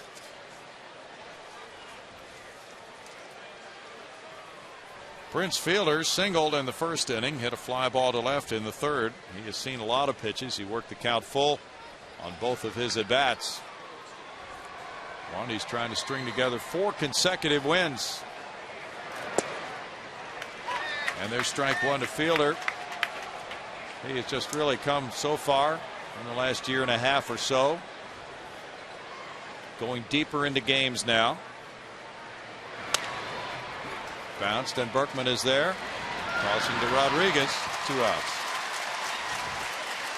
What's on tap with the Astros? Looks at tomorrow night's starters, brought to you by Bud Light. It's Jeff Suppan. He's 2-7 lifetime against the Astros. 3-3 this year. Pitched a beauty beating his former club, the Cardinals, 1-0 in his last start. Roy Oswalt, 13-8 lifetime against the Brewers, 1-2 overall this year with a 4.5 ERA. 6:30 on FS Houston for Astros Live tomorrow night. Mike Cameron homered to left in the 4th inning. He's 1 for 2. Each club has 5 hits, no errors tonight. The Rays are trailing the A's 7-5. The Athletics lead in the bottom of the 8th at St. Petersburg. Scott Kazmir started and allowed 7 earned runs in 4 1/3 innings for Tampa Bay. See where Joe Maddon's close to signing a 3-year contract extension. Well, that would be expected after the club they had last year. 1 ball, 1 strike. Carlos Pena hit his 14th homer tonight for the Rays. Willie Ibar, number 2. Even though many feel it would be difficult for them to duplicate what they did last year. Now this year it's the Toronto Blue Jays who are drawing a lot of attention with their first place standing and their excellent start. But they've only played 4 games within the AL East so far.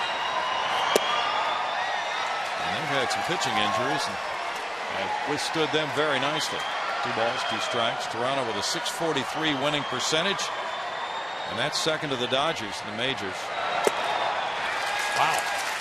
Strikeout number 5. That's 9 straight outs for Wandy Rodriguez in a 4-1 Astros lead.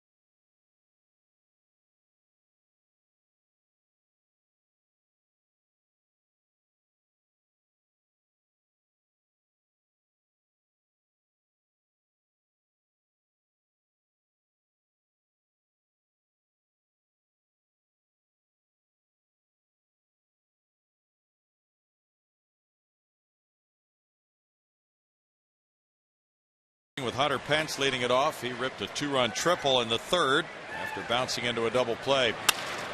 Bouncer off the glove of Gallardo. That slows it down, and Hunter Pence will reach on an infield hit. Casey McGee unable to get him.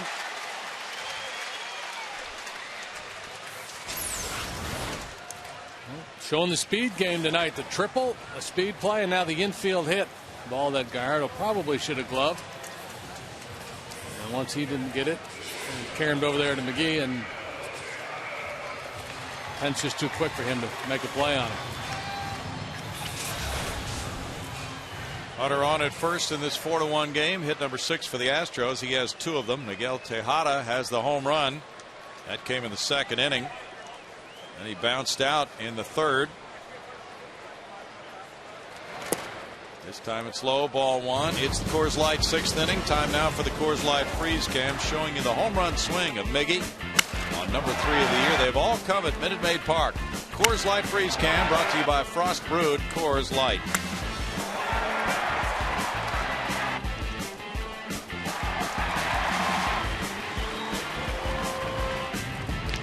goes over to first. Hunter Pence diving back in. So Tejada now has a chance to do further damage with the Astros getting their third look at Gallardo, and Gallardo has thrown 88 pitches now. He could come up if they get a man on in the 7th inning. Ken Maka staying with his young right-hander. Tejada looks at it, and it's 2-0 to Miggy.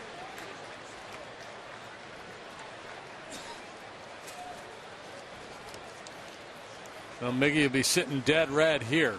Let's see if Gallardo challenges with a fastball. Tejada's hitting .329 in his home ballpark this year.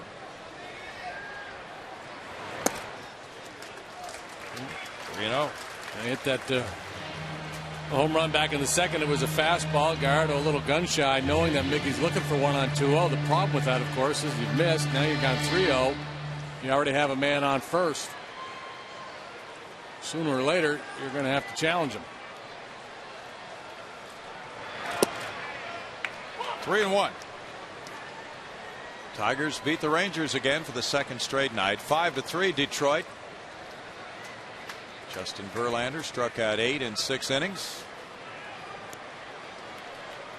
Battle of first place clubs. Detroit going to 22-16, while Texas is 23-16 now. Runner going. Line drive over shortstop. Ryan Braun in left. He gets by him and goes to the wall. That'll score Hunter Pence to make it 5-1. RBI double Tejada.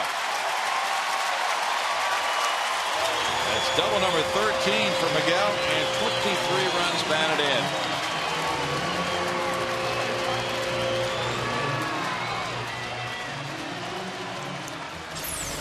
He never gets just one hit in the game. You're right about that.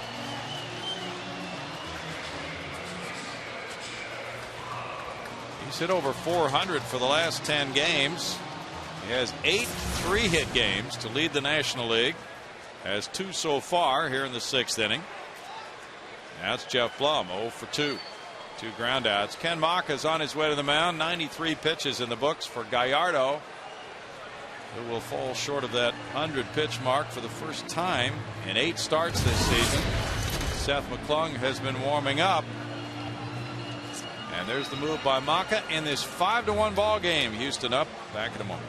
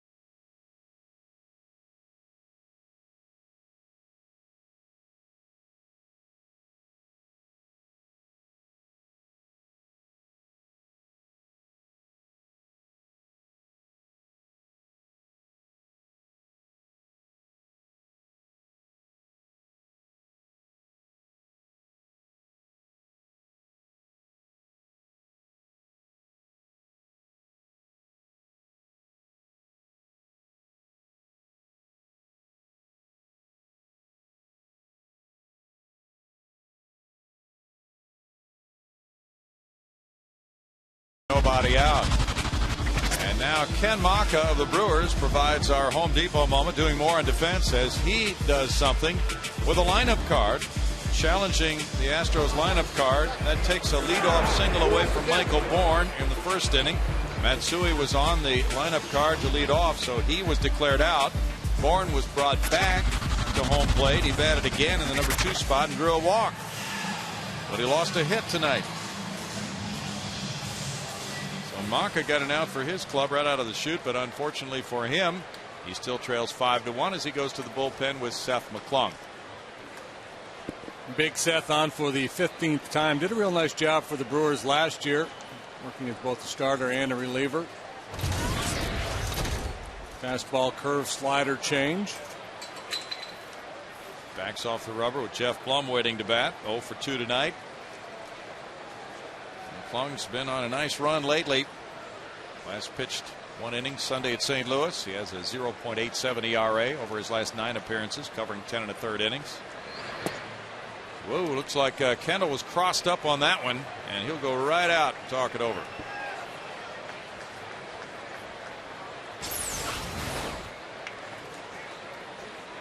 Yeah, he was looking for a fastball, and McClung threw him a slider. He just came in the game. There's a runner at second. It's a long series of signs, and they weren't together on that. Meanwhile, Gallardo is on the bench after 93 pitches tonight. Could be the first time the Astros have handed him a loss.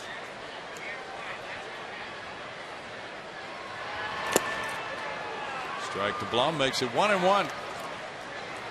Braves are pummeling the Rockies 12-1 at the end of 7 in Atlanta. They picked on Jorge De La Rosa for 7 earned runs in 3 2/3.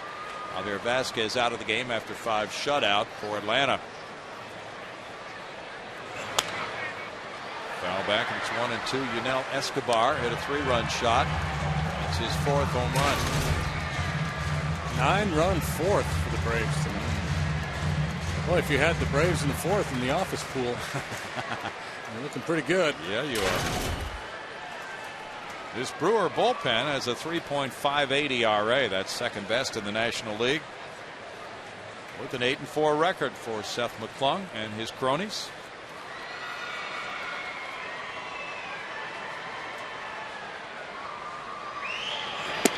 Well, McClung, a guy with very good stuff. You see that fastball clocked at 95 miles an hour. The challenge when you face him is you got to force him in the strike zone. He can be wild.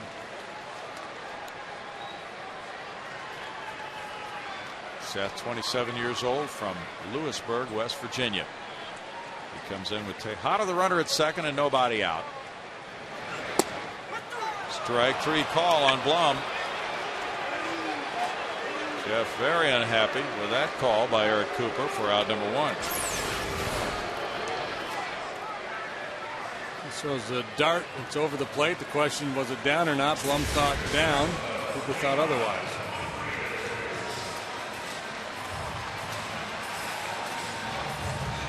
Pudge Rodriguez is 0 for 2, a strikeout and a fly ball to center. This Rodriguez combo has been quite something for the Astros, with Pudge catching Wandy. They work very well together.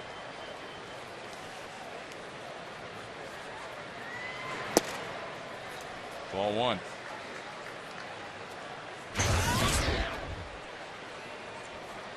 Pudge now is one of 28 players with 300 homers and a 300 or better career batting average.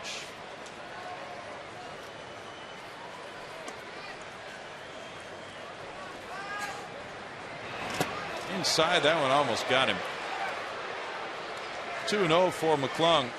There are no small people from West Virginia. You notice that? Everybody from West Virginia is big, and Seth McClung is a big dude. Big country. His brother was a football player at Virginia Tech, I believe. Big athletic family. You got a guy that big, and he's throwing 95, and not quite sure where it's going. It's tough to dig in. Yes, it is. 2-1. It's just been amazing to watch the growth of athletes over the years. You know, thinking back to NFL days, and some of those linebackers, the tough guys like Mike Curtis, Ray Nitschke, Dick Butkus. They would be dwarfed by today's players. They'd be like they'd just come in on passing downs now. And well, you know, how about Jonathan Broxton? Oh. I mean, you never saw a pitcher look like that before. No. No, you have to almost provide separate transportation for him.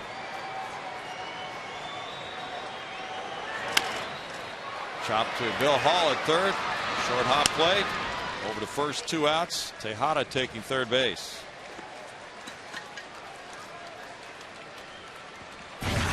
Everyone's looking for a great deal these days. The Astros have your ticket with our Price Matters Days presented by HEB. We've selected 10 games where you can score a ticket, a dog, chips, and a soda for just $10. That's a ticket, a dog, chips, and a soda. Step right up. That's an incredible deal. You can find it at Astros.com. Doing your best Carnival Barker voice. That is a nice deal. Hey, you want to see the bearded lady? No, we want to see the left-hander with the 0.67 home ERA, because nobody has that, but Wandy Rodriguez does, and there's strike one to him. I want to see the guy who rides his motorcycle around and around in that loop. Remember that guy? Yeah. Defying gravity. 1 ball and 1 strike to Wandy Rodriguez. Well, since you were a pitcher, did you ever try to knock over those milk bottles? Oh, it's a scam. Yeah, it is. I think I might have won a goldfish with a ping pong ball once or twice. Die by the time you get it home. Bouncer through the right side. RBI single. Wandy Rodriguez. First hit of the year, scoring Tejada. And the Astros lead is 6-1. Do it all, Wandy. Better watch him, Brewers. He might steal a base. He was 0 for 19.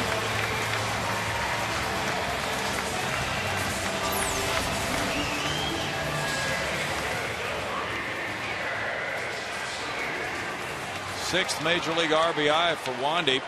Is that his first left-handed at bat in a while? Yeah. And he's been batting right-handed? Yeah. He's just saving it for the big RBI opportunity. 12-1 to Matsui. Gallardo in 5 innings allowed 7 hits, 6 runs, walking 2 and fanning 3. And the Astros turned the tables on the Brewers from last night. Last night the Astros walked 5 Brewers, 3 of them scored. Tonight Gallardo walked 2 Astros, both of them scored. Yeah, and that's the one little point of this game that you can't forget about. It was the 2-out, nobody on walk by Lance Berkman. They got that 2-run inning started in the 3rd.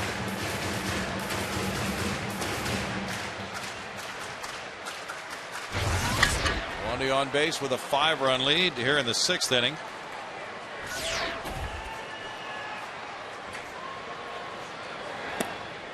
Matsui swings, and it's 1-2. The Reds beat the Phillies 5-1 in Cincinnati. Aaron Harang with 7 strong innings, giving up 1 run. Rhodes and Cordero worked in relief. And Jamie Moyer pitched well, but will absorb the loss, giving up 3 earned runs in 6 innings. Well, he's really been scuffling, so even though he took the loss, probably fairly pleased with that effort. Yeah. Astros will probably get big Aaron Harang then on Memorial Day, right? Yep. What's today, Wednesday? Yes. Memorial Day is Monday. That's an afternoon game in Cincinnati. Reds are 20-19 with that loss. Strikeout looking for Matsui, and McClung ends the 6th inning with that K. But the Astros come up with 2 runs on 3 hits and leave a man. After 6 hits, 6-1 Houston.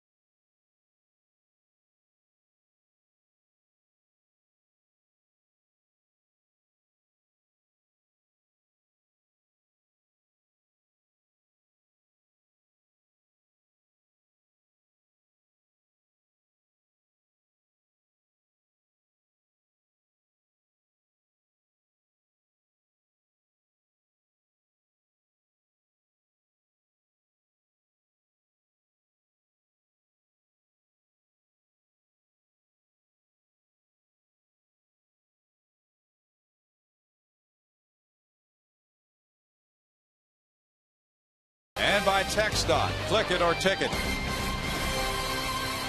High-rise buildings downtown. And here on the east side of downtown, things have gone very well for the home team so far. The Astros lead 6-1 after 6. They've out-hit the Brewers 8-5 with no errors in the game. Each club stranding 4. Wandy Rodriguez has set down 9 in a row after the Mike Cameron homer in the 4th. It'll be J.J. Hardy leading it off in the 7th inning. Hardy 0 for 2, a grounder to third, and a warning track fly ball to right. And there's strike one. Wandy had not given up a homer since August 10th of last year to Holbert Cabrera at Cincinnati until Cameron connected in the 4th inning. Now Hardy didn't get a full cut, and it's 0-2. Jorge Julio is warming up for the Brewers.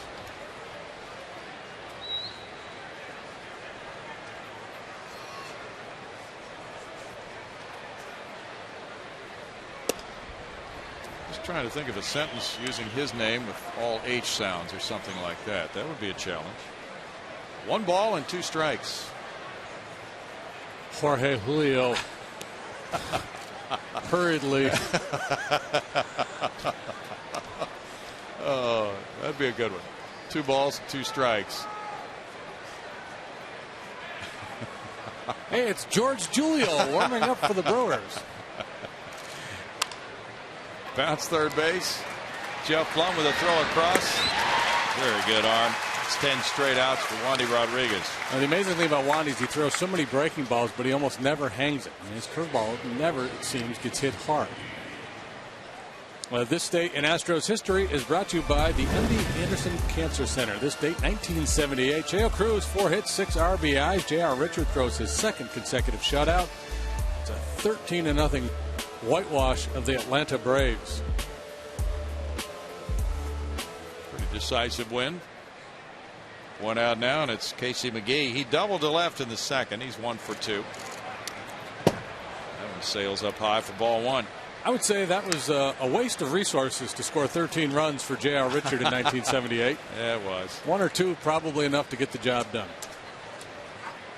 He was just such a dynamite pitcher. Struck fear in the hearts of especially right-handed batters. 2 balls, no strikes, a lot of whom found sudden ailments upon having to face him that day. 2 balls and a strike. Ryan Hannigan hit his first home run of the year for the Reds tonight in the losing cause. Raul Ibanez belted number 14 for the Phillies. The Reds won that game, 5-1. So Ibanez, he's got to be the pickup of the year, the free agent acquisition of the year, doesn't he? Yes. So anybody else that's performed well? Derek Lowe's doing really well. But yeah, he really comes to mind as a standout guy who was out there on the market. Pat Burrell leaving, and Ibanez has done every bit as well as Burrell had to this point last season, I would think. Certainly you would think better. Harang going to 4-4 with that win over Moyer. He's 3-4 for this season, and the Reds keep moving on in pretty good fashion. They've been a surprise team in this division for many. Well, Edinson Volquez has got a back issue. It looks like he's likely to miss his start. And they've got this Joey Votto thing going on where he's undergoing a battery of tests because of dizziness. Yeah. I haven't heard any further information on that, but that's kind of scary. Yeah. He's hitting 366 and he's dizzy. That's just incredible what he's been able to do, and hopefully it's nothing serious. Absolutely. Thought he had the flu or something, but continues to linger. Sounds like it might be some kind of an inner ear problem or something, but who knows.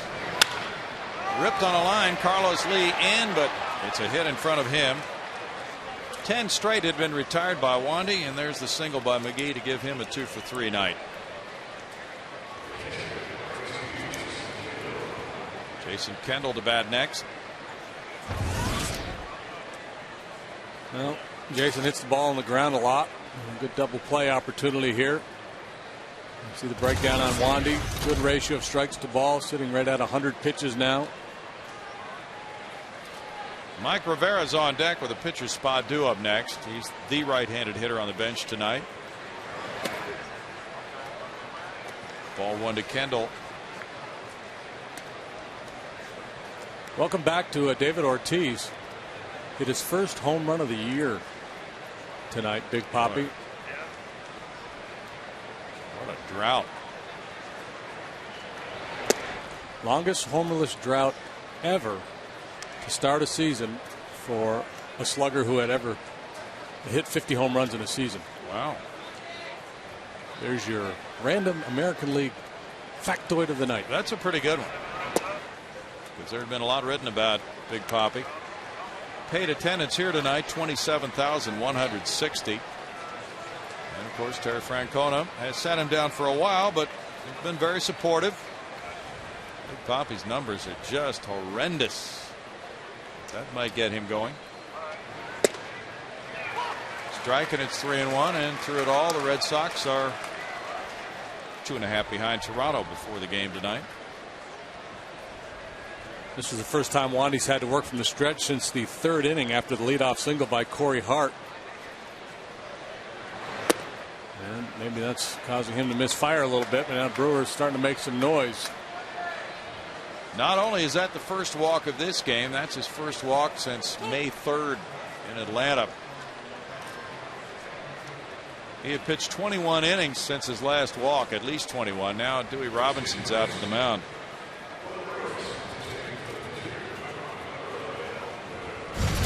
He has warm-up action, a left-hander and a right-hander in the Astros bullpen right now. Alberto Arias, the right-hander. Tim Burdick, the lefty.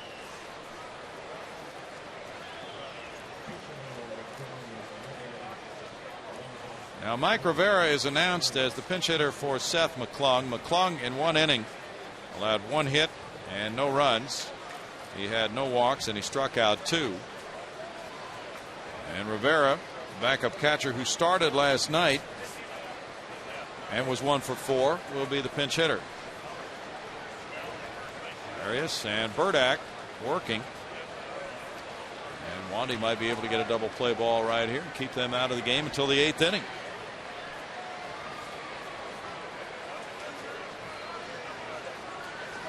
Rivera has spent some time on the DL this year, so that's really cut into his playing time. He has only 20 at bats with the Major League club. There's ball 1.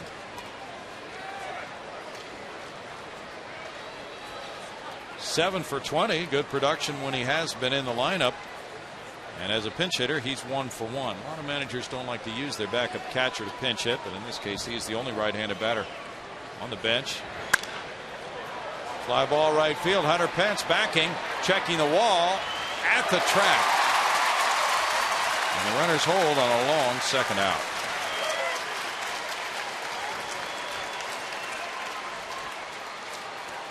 Well, Rivera, a pretty good jolt in this one. Just didn't quite get enough of it. Ball on the outer third. Gets under it a little bit. Yeah, so Ken Mock, I don't know who their emergency catcher would be. They must have someone they feel comfortable with in case Jason Kendall were to get hurt and have to come out of the game. Of course, Kendall's pretty much bulletproof. Yeah. He catches all the time and he plays through all kinds of pain. Corey Hart is 1 for 3. Well, whoever that emergency guy is, got to be thinking about it a little bit right now. There's strike 1. It's got to be an extremely uncomfortable feeling to contemplate catching for the first time in the major leagues. Fouled away, no balls, 2 strikes. St. Louis leads the Cubs 2-0. Cardinals batting in the bottom of the 7th inning. Ryan Dempster pitching for Chicago. It's Chris Carpenter tonight. Oh yeah, nice return. Cardinals are only 3 games behind Milwaukee, as well as the Cubs 3 back. Michael Bourne in center handles it, and no runs, a hit, 2 men left. And a special thought tonight for a great gentleman, Arnie the Peanut Dude Murphy, who just passed away at age 61, who's belovedly known as Arnie the Peanut Dude, a talented vendor at Minute Maid Park, the Astrodome, and several other area venues. He began working with the Sunshine Kids Foundation. As the kids went alongside him, he tossed out those peanuts. He was so accurate and remembered everybody's change coming. Our condolences to Arnie's many friends and family members.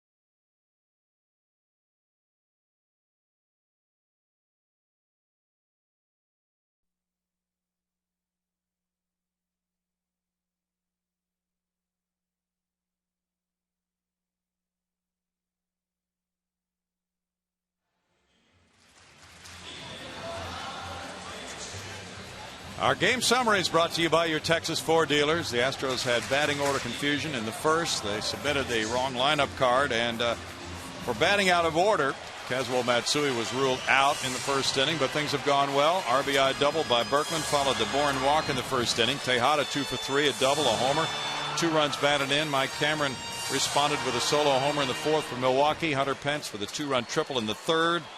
The Astros with a solid attack, good pitching, lead at 6-1 as they come up in the home 7th inning. Fans have had their stretch. They're settling back in with their checkerboard Bear Bryant hats and watching Jorge Julio. Jorge Julio hurls heaters homeward. You mastered it. Ball 1. And hurls them homeward without a lot of direction so far this year. Michael Bourne taps it to Prince Fielder. 1 out. Yeah, how many walks? Well, he had 9 walks in 11 2/3 innings.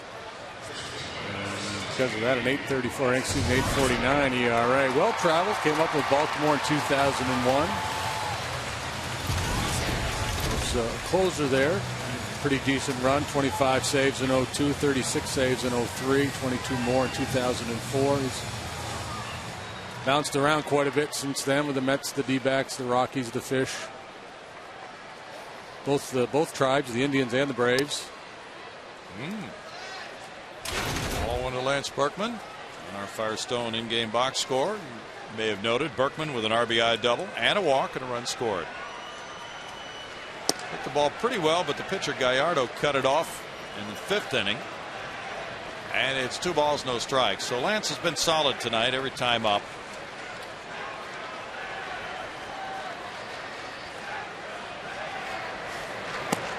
Julio misses there, and it's 3-0. Julio last pitched against the Cubs 11 days ago.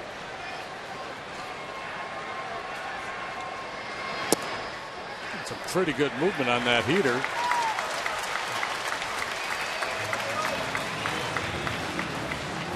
One-on walk. Kendall out to the mound. Carlos Lee up to the batter's box.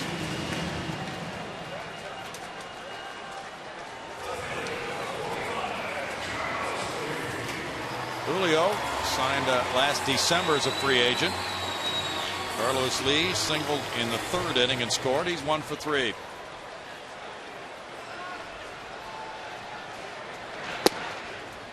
There's strike 1 to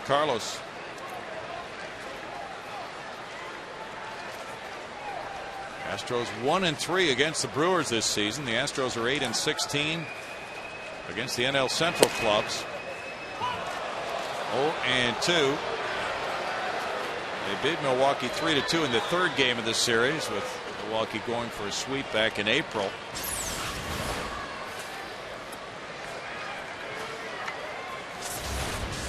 Tomorrow night, Roy Oswalt and Jeff Suppan square off. What could be the rubber game. That one bouncing. It goes up on the screen off the mid of Kendall. Workman is wild pitch to second base, and the count is 1-2.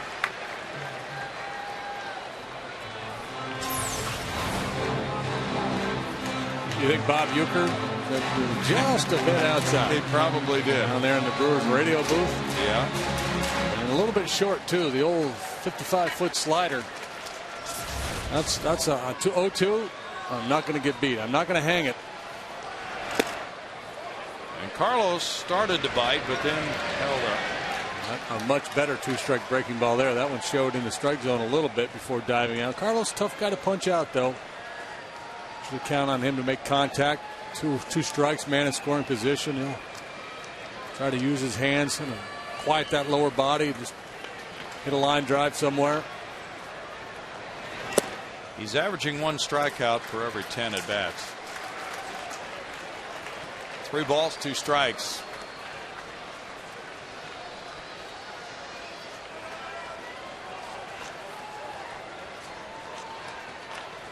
Chris Carpenter went 5 shutout innings tonight, giving up 3 hits against the Cubs' Ryan Dempster.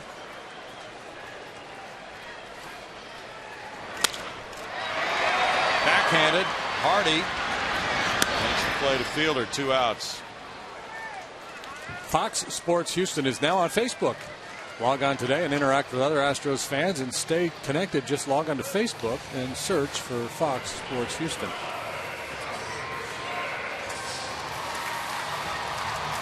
Hunter Pence has a 2-run triple to center in the 3rd inning, an infield hit in the 6th, then he scored after that hit. 6 runs, 8 hits for the Astros, trying to add to their lead here with Miguel Tejada on deck in the 7th inning. Hunter looks at ball 1. Hunter in the number 5 spot in the lineup tonight as part of the revised lineup for Cecil Cooper.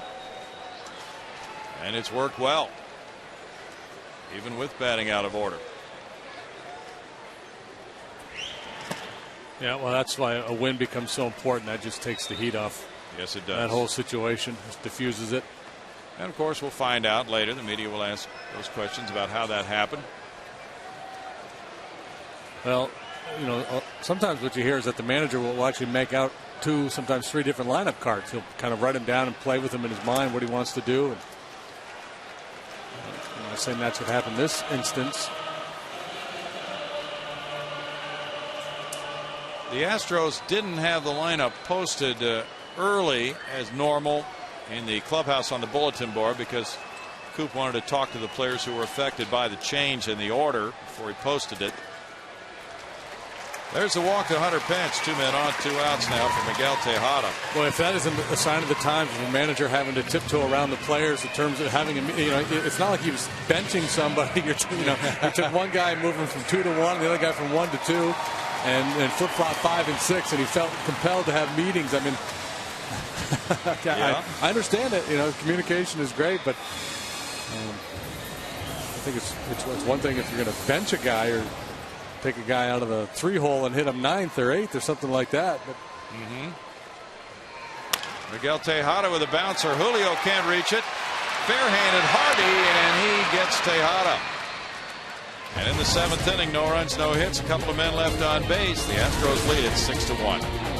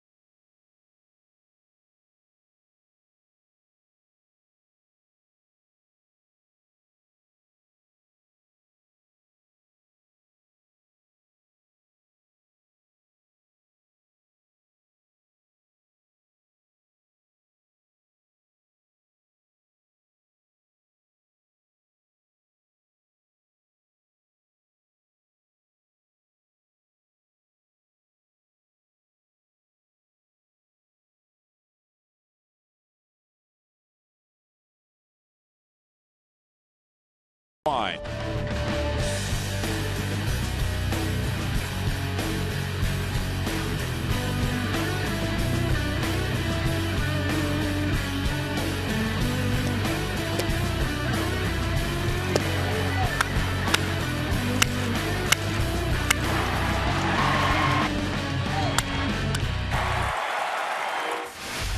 AT&T, the nation's fastest 3G network. AT&T, your world delivered. Darren Erstad is the new left fielder for the Astros. He's batting in the 9 spot. Carlos Lee coming out of the game. Alberto Arias, the new pitcher, going into the 4 spot in the lineup. And with this 6-1 lead, he works the 8th inning. Foul back by Bill Hall, strike 1. Hall 0 for 3. Nice effort by Wandy Rodriguez. 7 innings of 6-hit, 1-run baseball, 1 walk, 5 strikeouts. Yeah, it's what we've come to expect. You almost get blasé about it. He's been so consistent. Alberto Arias has been pretty darn good too. Just 8 appearances so far. He's worked 6 2/3 innings.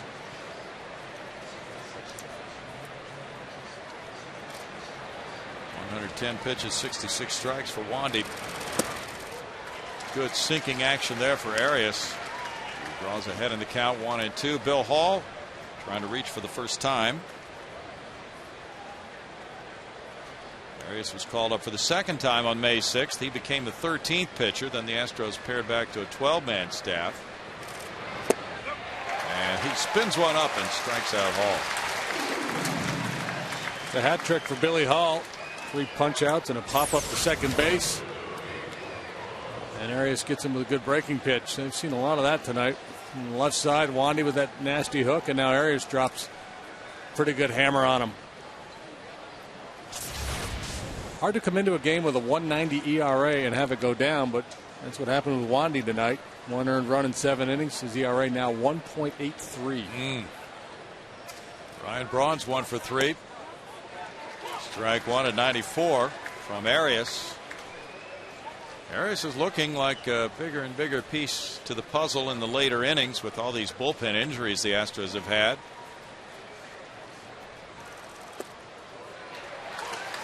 With results like he's been getting, he has injected himself into that mix. 0-2.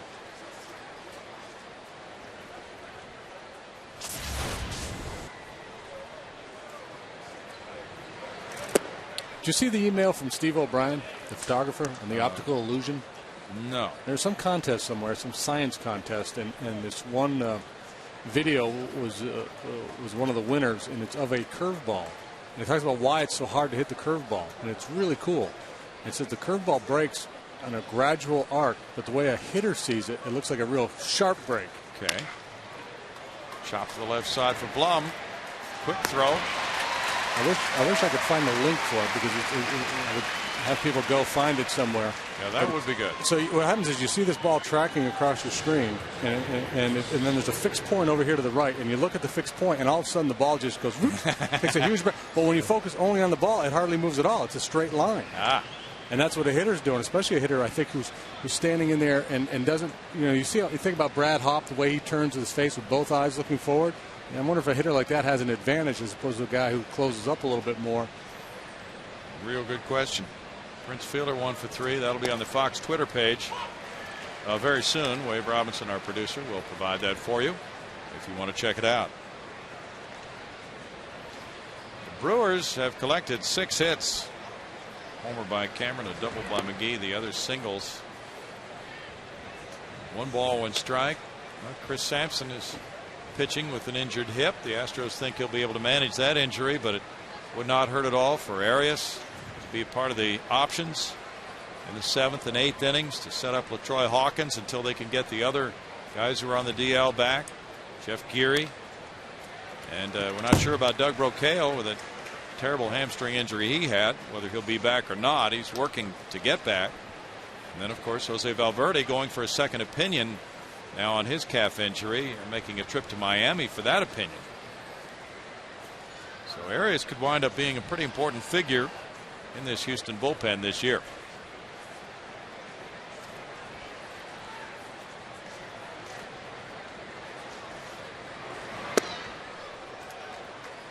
2-2.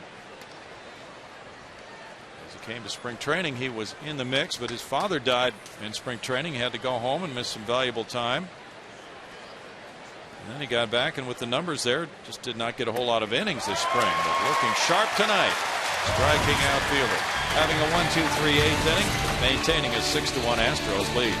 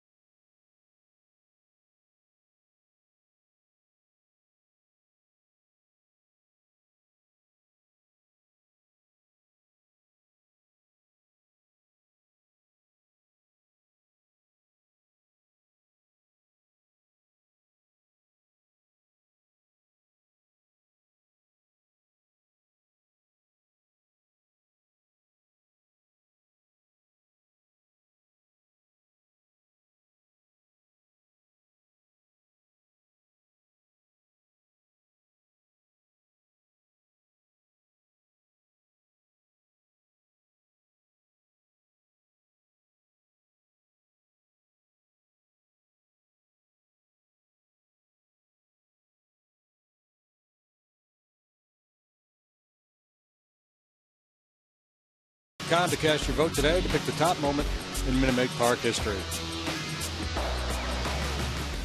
Jeff Blum at the plate. Jorge Julio throwing strike one. The bottom of the 8th is underway. Blum is 0 for 3. Pudge Rodriguez on deck. Darren Erstad due to bat third. Lefty Tim Burdock at work at the Astros bullpen as a right-hander throwing as well now. Could be Chris Sampson. Oh, it's Felipe Paulino. And he's just throwing a bullpen to get ready for his next start on Friday night against the Rangers. 2 balls, 1 strike. Paulino was held in reserve last night just in case he was needed in the late innings, but Friday night will be his next assignment against Vicente Padilla with the hot Texas Rangers coming to town. Detroit has cooled off the Rangers with wins first 2 games of that series. Bounce it to short. J.J. Hardy. 1 out.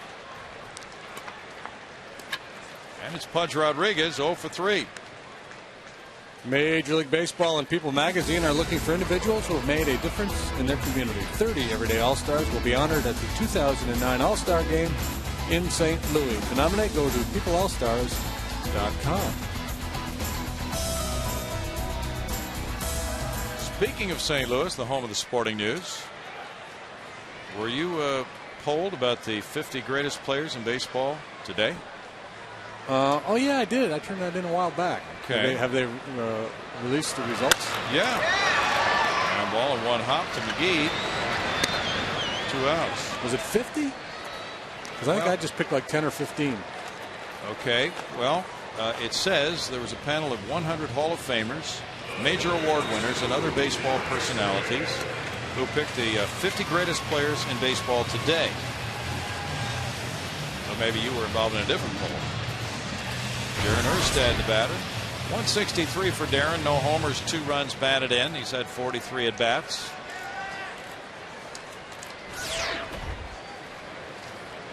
Came up last night and lined out to right field. He had a good at bat, but hit the ball in the wrong spot to get a hit. There's ball 1. I think what they did was they pooled a bunch of people and asked them their top 10 or top 15. Okay. And from that grouping, they came up. Would be my guess. Okay. Because I can't imagine anybody sitting down and picking their top 50. That would take a lot. It took me a long time to come up with 10 or 15, whatever it was. Yeah. Well, from the Astros notes tonight, apparently Lance Berkman was ranked number 21. And the 50 greatest players in baseball today, and Roy Oswalt, number 46. Number 1, Albert Pujols. 3 balls, no strikes. I had both those guys in my top, whatever I did, 15 or 20. Lance and Roy, I believe. Trying to remember. I probably had Albert number 1.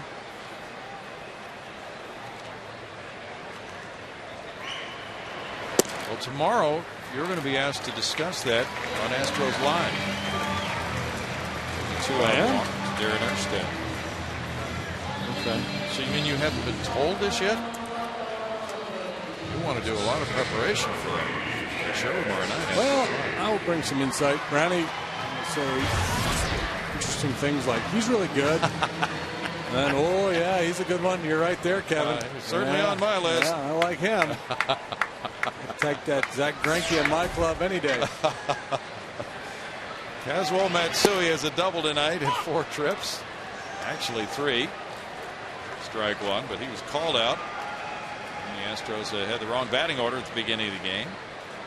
So Matsui's made the most of the evening. And it's no balls, 2 strikes. Well, it worked out for Tampa Bay just a few days ago when the wrong lineup card was submitted and they lost to Evan Longoria, but they won that game. Yeah, the pitcher had to hit and he had an RBI double. Yeah, Andy Sonnenstein. Yep. 1 and 2. Mets and Dodgers underway. 1-0 Dodgers, bottom of the first inning against Livan Hernandez. Jeff Weaver is on the mound for the Dodgers. You just keep on winning. Their best start since 1983.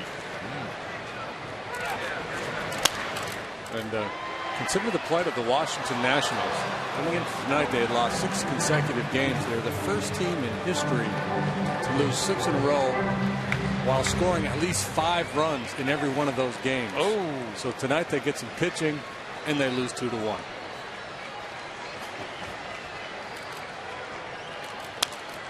All the way, 1-2 still. It's the anatomy of a bad season there, boy. Yeah. And they kind of turned things around a little bit after that real ugly start. Yes. Now just what they lost 9 out of 10. They're 11-28 now. They're playing at a it was 289 winning percentage before that loss.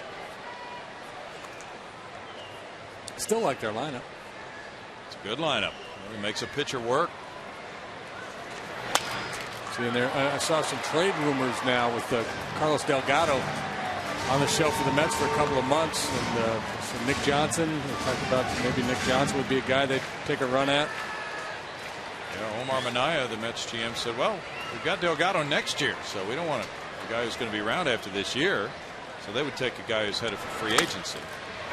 Bounce to second base. McGee with a throw, and he barely nips Matsui. No runs, no hits, a runner stranded. Moving to the 9th. It's 6-1 Astros.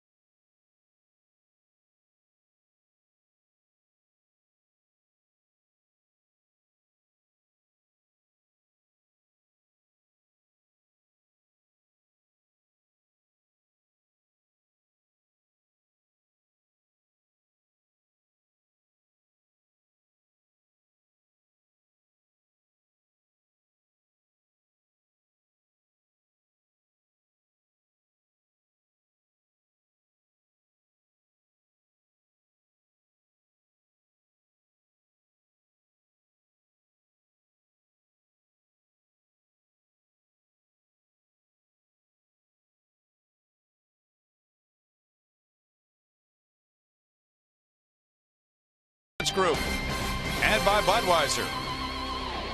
6-1 the Astros lead. Another enjoyable night here at the ballpark.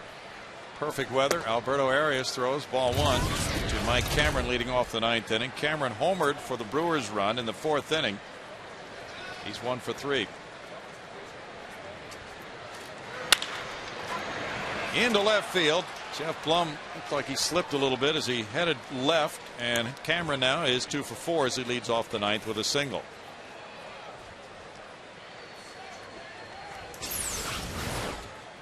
You see Jeff up on the balls of his feet, ready to react. This ball too sharply hit. Yeah. Now Cameron on. J.J. Hardy to bat. He's 0 for 3. Phil Hughes and the Yankees down Baltimore 11-4, beating Jeremy Guthrie. Mariano Rivera getting save number 8. Strike, and Hardy looks at an 0-1 count. Casey McGee is on deck. Chris Sampson warming up now for Houston. LaTroy Hawkins said tonight before the game he's feeling much better and ready to go with that hip injury. A thing of the past. Little tap. Blum barehanding. Can't pick it up. First and second, nobody out here as the Brewers stir up trouble. Neither ball particularly scorched, but the first one was hit pretty well. Now it's McGee coming up.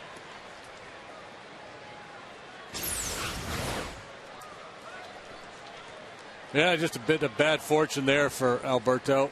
The little tapper. Just got a 5-run lead here. Don't panic with a couple of base runners. Just stick to your game plan. Keep throwing that sinker down around the knees. Jason McGee double to left in the 2nd, single to left in the 7th. Jason Kendall's on deck. Then the pitcher's spot would come up. Ball 1 outside. Alberto Arias, 25 years old, from the Dominican. Was signed as a free agent by the Rockies in 01. The Astros claimed him on waivers last July 31st. And this could be his real breakout year as a major leaguer. He was in only 15 games last year and 6 the year before in the major leagues. It's 2-0. Yeah, it's kind of what I was talking about at the start of this at bat. You've got a couple guys on here, and you're in the 9th inning, and you got a 5-run lead. So, you're in pretty good shape, but don't get too defensive. Don't think about, boy, I got to start really picking here because I got a runner out there at second base. You got to stay aggressive here and just throw some good quality strikes, keep the ball down. You're going to be okay. If you start to walk people, and that's when you get in trouble. Not only walks, but then pitching in hitters counts. Follow the Astros on your iPhone and iPod Touch with MLB.com at Bat 2009. It features play-by-play, video highlights, and live audio broadcast. You can find it on your iPhone or iPod Touch, and you can also find it at Astros.com. 6-1 game. 2-man on. Nobody out in the 9th inning, and a 2-0 count on Casey McGee. Now 3 balls, no strikes. Pirates picked on that hapless bullpen of the Nationals for their 2-1 win with a run in the 9th. They scored on a wild pitch from Joel Hanrahan, the loser. 3 balls and a strike. John Grabo got the win. Matt Capps save number 8 of the year. Pirates and Astros neck and neck in the standings coming into this game tonight, separated by percentage points. Now a walk loads the bases and will prompt a pitching change, we would have to presume at this point. Jason Kendall coming up next.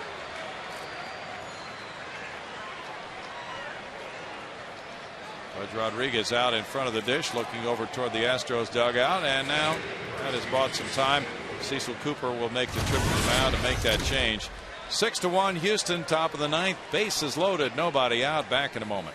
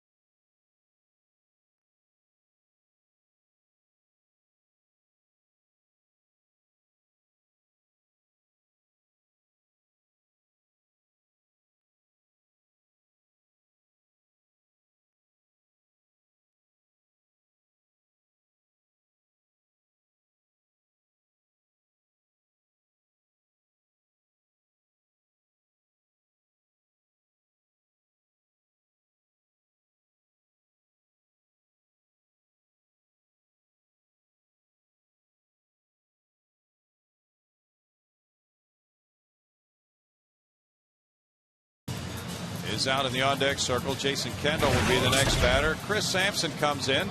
He just got his first major league save on Sunday in Chicago, and now he'll get a shot and another one because it is a 5-run lead, but the potential tying run would be in the on-deck circle as he takes over here. That's right. Bases loaded. That's 3. Hitter 4 and the on-deck hitter 5. So a save opportunity, even though there's a 5-run lead. And his mission the same as Aries. Just good quality low strikes, keep the ball in the ballpark, and you're in pretty good shape. You got that save in Chicago, worked an inning in 2/3. LaTroy was not available. Hip was barking. Chris allowed 4 hits, 2 runs. Alfonso Soriano home run, but was able to hang in there and finish that game to pick up his first major league save. That one wound up 6-5. Now Jason Kendall 4 for 7 with a homer off Sampson. Comes up with the bases loaded, nobody out. He's 0 for 2 with a walk. Sampson delivers, strike 1. Chris talked about the emotions of pitching in the 9th inning in that game Sunday at Chicago. He actually came in with 2 men on in the 8th inning in a 6-3 lead and got a 5-out save. That's pretty rare in the major leagues these days. Well, there's a pretty good chance he doesn't even know this is a save situation. That's true. I mean, not that it would affect his approach. Well, Troy Hawkins has started to warm up.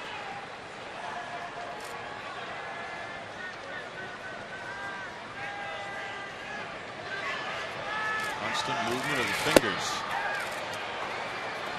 1-2 for Kendall. Kendall will usually make the pitcher throw strikes. Willie Stargell used to pump that bat. Joe Morgan had the chicken flap thing going on.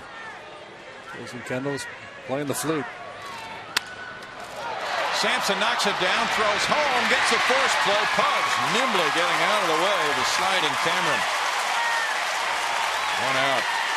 He looked like a middle infielder avoiding contact on that one.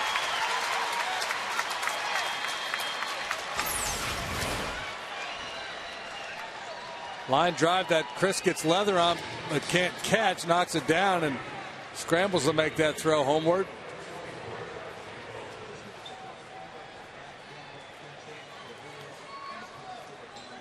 Cameron's already put one Houston catcher out of commission this year. Now it's Matt Gamble pinch hitting. Bases loaded, 1 out for Gamble. And line drive right field. In for a hit that'll score at least 2. Hardy and McGee. And make it a 6-3 game on a 2-run pinch double by Matt Gamble. The rookie who just came up a few days ago and hit his first major league homer in St. Louis delivers off the bench.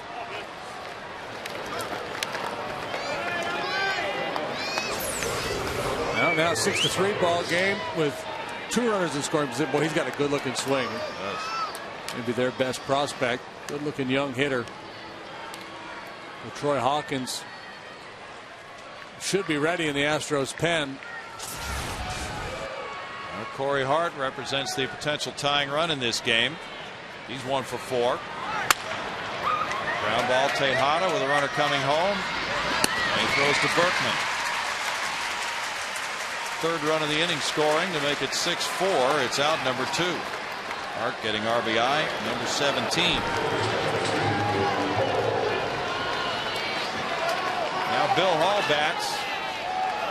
The lead down to 2 runs. Hall is 0 for 4 with 3 strikeouts. Now obviously this is the guy you want to get with Ryan Braun on deck. One of the best hitters in the game.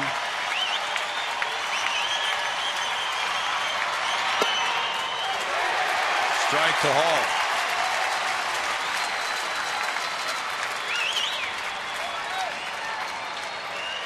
Brewers were 8-7 against the Astros last year. They're 3-1 against them so far this season. All games here at Minute Maid Park.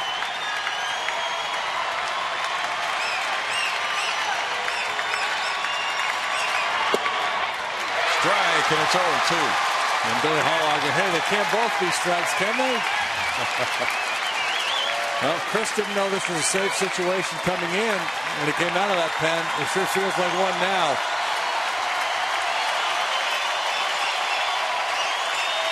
$27,160 to paid attendance. Fans have really enjoyed the evening. Swing and a miss, and Sampson gets another save. And the Astros send it to a rubber game in this series tomorrow night. Sampson nails it down for Wandy Rodriguez, who goes to 5-2. The Astros beat Gallardo for the first time. He's 4-2, and that's a well-placed breaking ball for the final out, JD. Yeah, Billy Hall, who had already punched out 3 times. You got a hitter like that, he's going to expand.